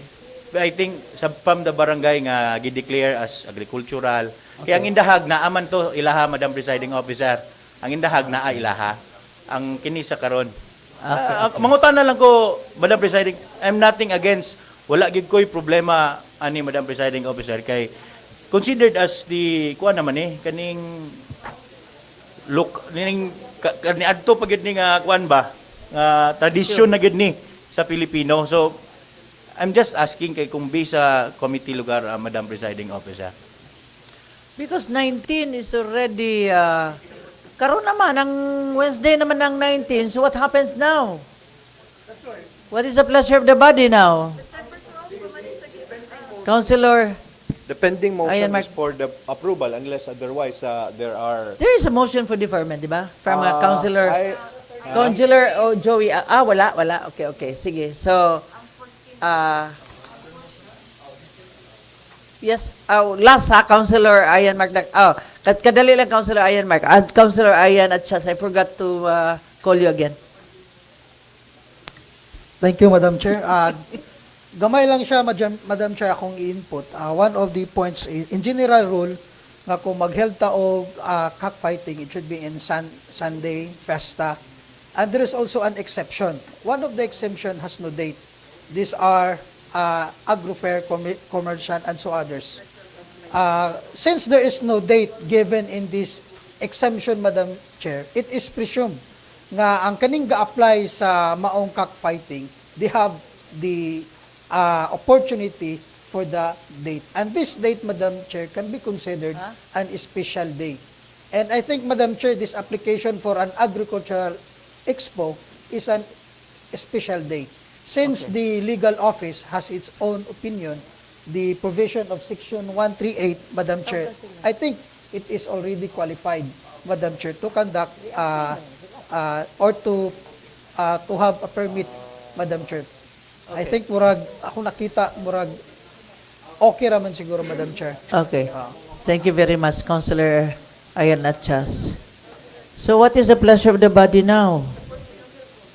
Is there any objection? Or is there any deferment? Motion for deferment?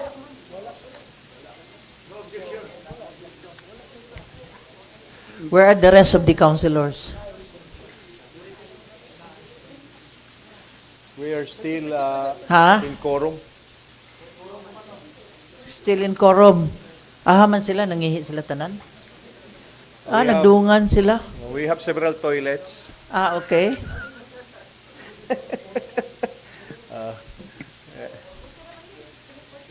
Anyway, after the Very last. let's vote in favor of this resolution. After all, we have the opinion of the city legal. Although the opinion of the city legal is not binding upon us, but that's our defense. Thank you very much. So, let's vote. They're coming. We're voting. Okay. So, Councilor Ayan Mark Nakaya, let us proceed. The ruling of the presiding officer is requested.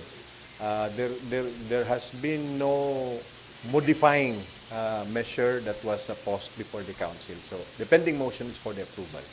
This is board approval. Yes. So, any second?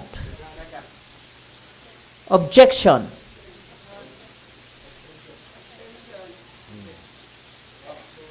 Abstention? 4. How many?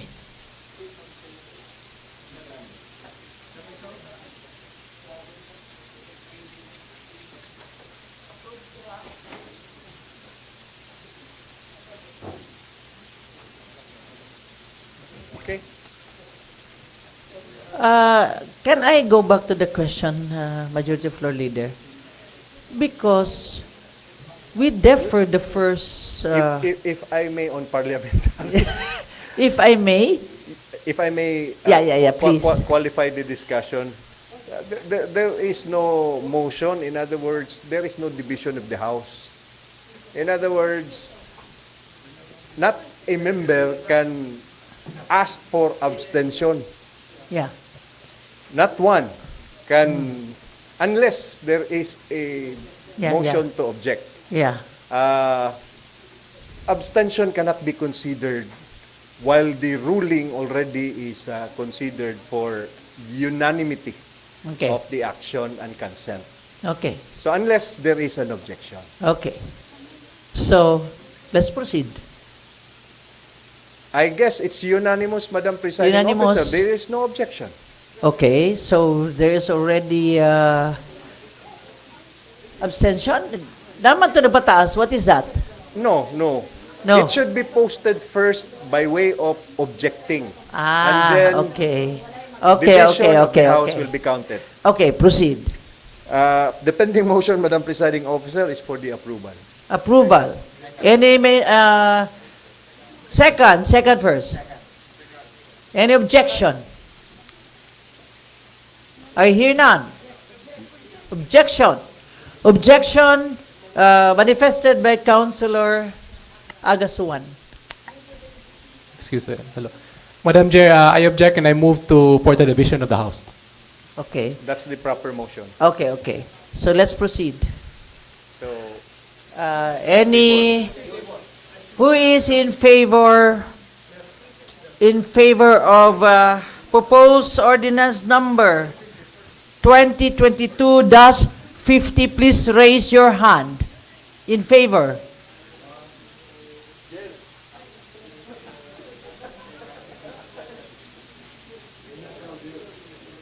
Eight.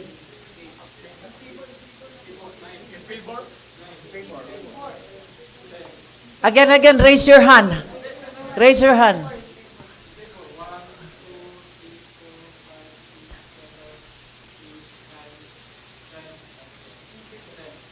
Ten.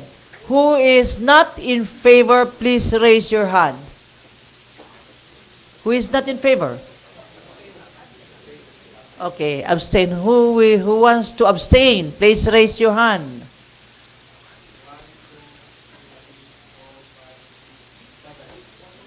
Seven. Abstain.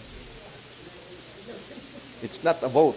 Anyway, there are 7 against Yeah. 10. So, okay. Majority. Yeah, majority. Okay. So proceed, Councilor. Move to approve second final reading. Second. Any objection? I hear none. Motion is hereby approved. One remark after the approval. It's part of the parliamentary, Madam Presiding Officer. Considering that I voted favorably. One is May we ask the Committee on Games and Amusement to qualify all the exemptions and what are those qualifications that would allow the City Council and would guide the City Council in determining whether or not it's qualified for industrial, for commercial, for agriculture, and perhaps submit the same for the consideration of the plenary, the City Okay. Council. So, Councilor Roger Abaday, please Kay- submit Di ni maayo nga debate, sabong. lagi. So, upon the request of the good councilor, may you provide us with a copy of this, you say it again? Yes, we would like to request the Games and Amusement to determine what are these qualifications, Qualifications. that we That would is- like to assess whether they Is will valid. pass. Yeah. Like for example, a barangay resolution or a certification Okay. from the barangay captain that there truly exists a commercial, industrial, agricultural exercise in the area. Okay. Okay, Okay. Councilor Roger Abaday, take Thank note, you. okay? Para di na magdebate, ani. Then the second thing, Madam Presiding Officer, as I have manifested earlier, that we asked the Games and Amusement Committee to secure the legal opinion as regards the manifestation of Councilor Ed, Councilor Joey, and perhaps guide the City Council on matters that are already controverting legal issues and commentaries from the luminaries, members of the Council. Okay. Again, Councilor Roger Abaday, legal opinion. Okay? So that in future time, Madam Presiding Officer, we will not debate, we will just Yeah. agree or disagree. Okay. Okay, Then thank you. on third matter, Madam Presiding Officer, exercise discretion to the Committee on the Games and Amusement as regards the authority or the guideline that we have approved that it's a 30 days notice. Okay. It's not it's not prior to 30 days. It Okay. must be 30 days, at least 30 days before Event. before application Okay, will again. be filed before the council. Okay, again, Councilor Roger Abaday, should be 30 days before, no? Our discretion can modify our rules. Okay, proceed. That's why we allow, but it should not be the case. It Okay. should not be the case. Okay. So, kindly, Ah. Mr. Chairperson of the Committee on the Games and Amusement. Majority Floor Leader, are you done? I'm done. Okay, thank you very much. Councilor Romeo Calizo is raising his hand. Okay, you're recognized. Thank you very much, Madam Chair.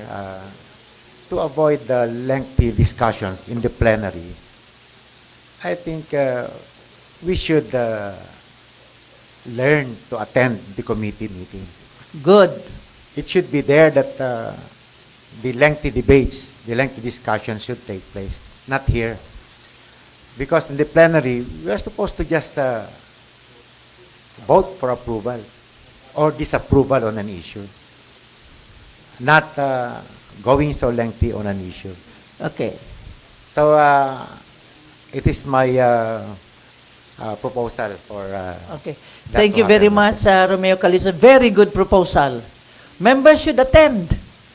Daghan naman gid mo members, then you attend. Not only the chairman, not only one councilor or two councilors, but those especially on the committees, members of the committee should attend and study. Study the topic. Kay kung ma-absent mo ang chairman lang, permina na, okay. So, there should be the debate, there should be opinions. So, daghan na kayo mo members. Mao na nga, everybody should attend. Okay, proceed, Councilor, Majority Floor Leader, Councilor Ayan Mark Nakaya. Thank you, Madam Presiding Officer. We proceed now to item number 15. Proposed Ordinance number 2022-51, granting 20% discount for advance prompt payment of real property taxes and additional tax accruing to the Special Education Fund due for calendar year 2023 only and for other purposes. We ask the Chair to recognize Councilor Yan Lamlim. Councilor Yan Lamlim, you recognize. Madam Chair, I move to approve the ordinance number 2022-51. Second. Any objection? I hear none. Motion is hereby carried. Move to approve second final reading. Objection. I hear none. Motion is hereby carried. Only one additional item for this session, Okay, Madam proceed. Presiding Officer. Move for the inclusion of item number 16. Second. Objection. Paningog mo ha. Gutom. I hear none. Motion is hereby carried. Number 16 is proposed resolution number 2022-124 confirming the appointment of Miss Cheribel A. Lau as City Government Department Head 2, SG26/S-1 in the Internal Audit Service Office with all rights and privileges pertinent thereto. Move for, before we have Mrs. Lau, may I move to suspend the rules, Madam Presiding Officer? Second. Objection. I hear none. Motion is hereby carried. Rule suspended. Ms. Lau can now address the Vice Mayor and the members Good of the afternoon, Miss Sherry Bellau. Madam Chair, if I may be allowed to distribute personal literature for your perusal.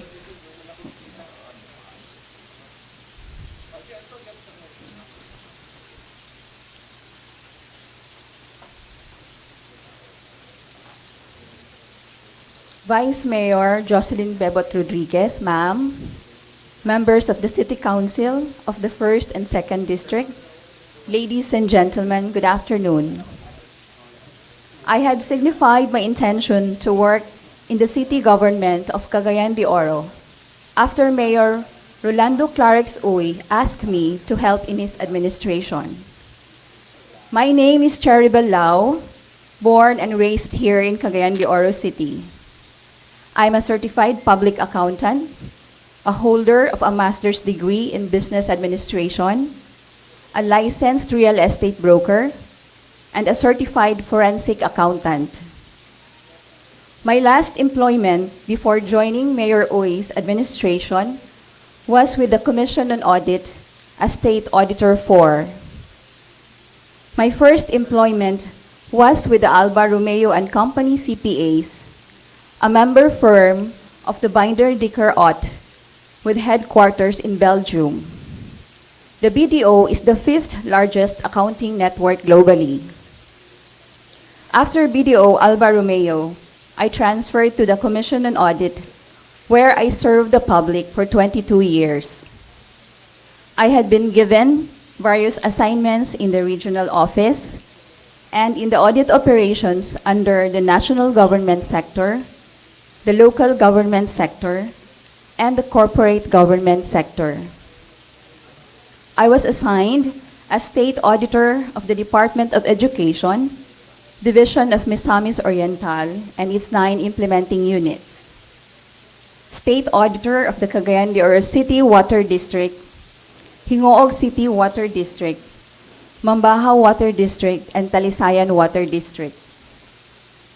State Auditor of the LGU Cagayan de Oro City and its 80 barangays. State Auditor of the LGU Camiguin Province, the LGU Tagaluan and its 10 barangays, and the LGU Villanueva and its 11 barangays in Misamis Oriental. State Auditor of the Bangko Sentral ng Pilipinas, Cagayan de Oro City. State Auditor of the Land Bank of the Philippines in Cagayan de Oro City, Hingoog City, Iligan City, Marawi City, Camiguin Province, and Lanao del Norte Province. State Auditor of the Al-Amana Investment Bank of the Philippines, Cagayan de Oro City, Philippine Postal Savings Bank in Cagayan de Oro City, and the Social Security System in Hingoog City. State Auditor of the Department of Public Works and Highways, Cagayan de Oro 1st District Engineering Office, and as Chief Administrative Officer of the Administration, Training, and Finance Services in COA Region 10. I am also among the COA's pool of select United Nations auditor. In 2017 to 2022, I had been deployed and assigned to audit the ILO, or the International Labor Organization, at its headquarters in Geneva, Switzerland. The ILO is one of the specialized agencies of the United Nations and the only tripartite UN agency. I also headed the team to audit the ILO Regional Office for Asia and the Pacific at the United Nations compound in Bangkok, Thailand. For further details, please refer to my curriculum vitae. With my intensive training and experience in the Commission on Audit, I am certain that I can bring added value to the services that the local government of the city of Cagayan de Oro provides to its stakeholders, both internal and external, particularly the underprivileged sector of our society. I also look forward to work and collaborate with the members of this august body so that together, as one local government unit, we can provide the best services at par with the global standards and ultimately improve the quality of living of the people of Cagayan de Oro. Thank you very much for your time, and I wish everyone a pleasant afternoon. Thank you very much. Ms. Lau, yes, Councilor Arian Martinacaya. Your number one fan is here. Oh. He's trying to capture all the angles of the speaker and the candidate Yes. applicant. I incidentally attended one of the USID seminar, Madam Presiding Officer, in 2016 with Mayor Oscar Moreno and some of the heads of the department. And the training course then was the internal audit that has been the advocacy of the USAID for all government, local government units to create and establish an internal audit office. In other words, few things were discussed, and I understand the expertise of Ms. Lau that she has and she possesses with the PDS and the articulation of Ms. Lau as to her background. But two things, Madam Presiding Officer. Being an auditor in COA or even in the instruments of the government or private, the focus there is the financial, the money, whether it's ante or after the fact. But internal audit office that is now pending for her administration is the operational efficiency of the government programs and the mandates and the directions of every office, section, and the personnel of City Hall. It's not financial. In other words, if you want to find and assess a government office, whether or not this office or these personnel are efficient in their respective role and functions, we go to the internal audit office. It's not in the accounting because it's pre-audit. It's not in the COA because it's post-audit. So, but her expertise, our candidate applicant, Madam Presiding Officer, would tell us already that she's ready for the job. So my congratulations, and we hope to see you, Madam Cheribel, to discuss with you the programs of the city government. And we would like to ask guidance from you whether or not these offices, these programs of City Hall have been quite impressively been implemented. And of course, the role players who are identified as the heads, supervisors, and chiefs of sections have been doing their job efficiently. And I'm not saying effectively. It's because, again, internal audit is about operational efficiency. So thank you. That's not a question, but I'm just delivering that we may perhaps understand in the future that our candidate, Sheribel, can support us in our administration of the legislation in the council. Thank you. Okay, thank you. Congratulations, Sheribel. Thank you, ma'am. Miss Sheribel Balao. Congratulations, Kim. Ma'am, if I may clarify something. Yes. Okay. For the information of everyone, although majority of the function of COA is on financial audit, but we also do compliance audit, which is compliance with the laws, the rules and regulations that are promulgated not only through the Republic Act, but also through the issuances of the regulatory agencies such as DBM, the DILG, Civil Service, and other regulatory agencies. Also in COA, we conduct what we call the performance audit. The performance audit focuses on the effectiveness, the efficiency, and economic return of the program, the projects, and activities. And this performance audit is also translated into internal audit. It is called 4Es in the internal audit, which refers to economy, efficiency, effectiveness, and ethical of the PAPs or the program activities and projects. Okay, thank you very much. Yes, you're raising your hand. Councilor Attorney James Judith, then Councilor Romeo Calizo. Yes, please.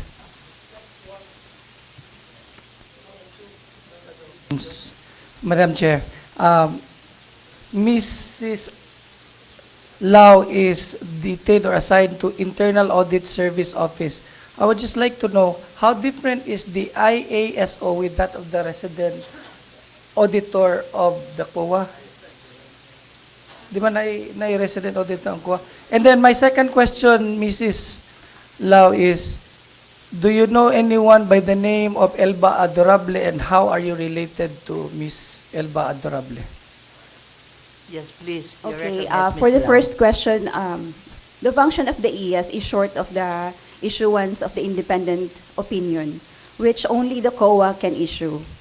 Okay, as to the second question, Miss Elba Adorable is my sister. Okay. Oh, okay. What's the connection, Attorney James Judith? Ah, now I know. Related. Yeah, what's the connection? Tell me. Okay. Anyway, Councilor Romeo Calizo, please. Thank you, Madam Chair. I have just one question because I've been involved in having been subjected to performance audit. Does your shop have a checklist of all the parameters in performance audits? It's like CADAC, for example. Sir, when we do performance audit, we look at the criteria of the program itself, and that is one of the criteria to be used in evaluating whether the program was effective, economical. So for instance, there are criteria for the targeted beneficiaries. So we look at sample beneficiaries if they meet the criteria of that program. So that is one aspect, sir. Yeah, my question is, do you have a checklist of the parameters? Because every time my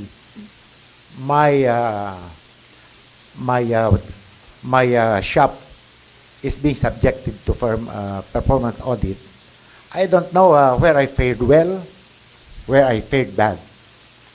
So my question, do you have that checklist so that by the next time around, we will know where to improve, where to maintain our performance? Sir, I think the checklist would depend on what is the program itself.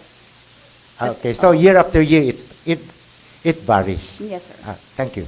Thank you, Councilor Romeo Calizo. So, Councilor Ayan Magdakaya. So again, thank you and congratulations, Madam. Okay. One more. I'm sorry, Councilor Ayan Magdakaya. Councilor Edgar Cabandas, please.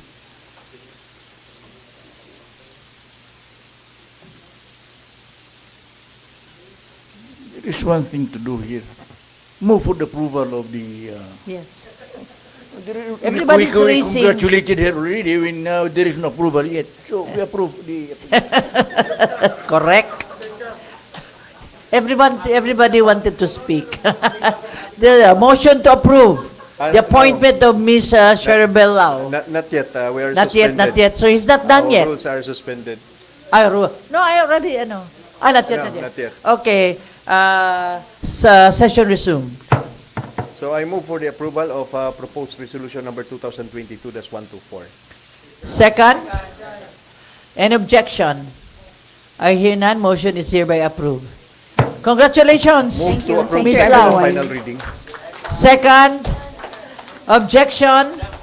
I hear none. Motion is hereby approved. There being no more pending, move to adjourn. Okay. Session adjourned. Oy, happy. Happy birthday.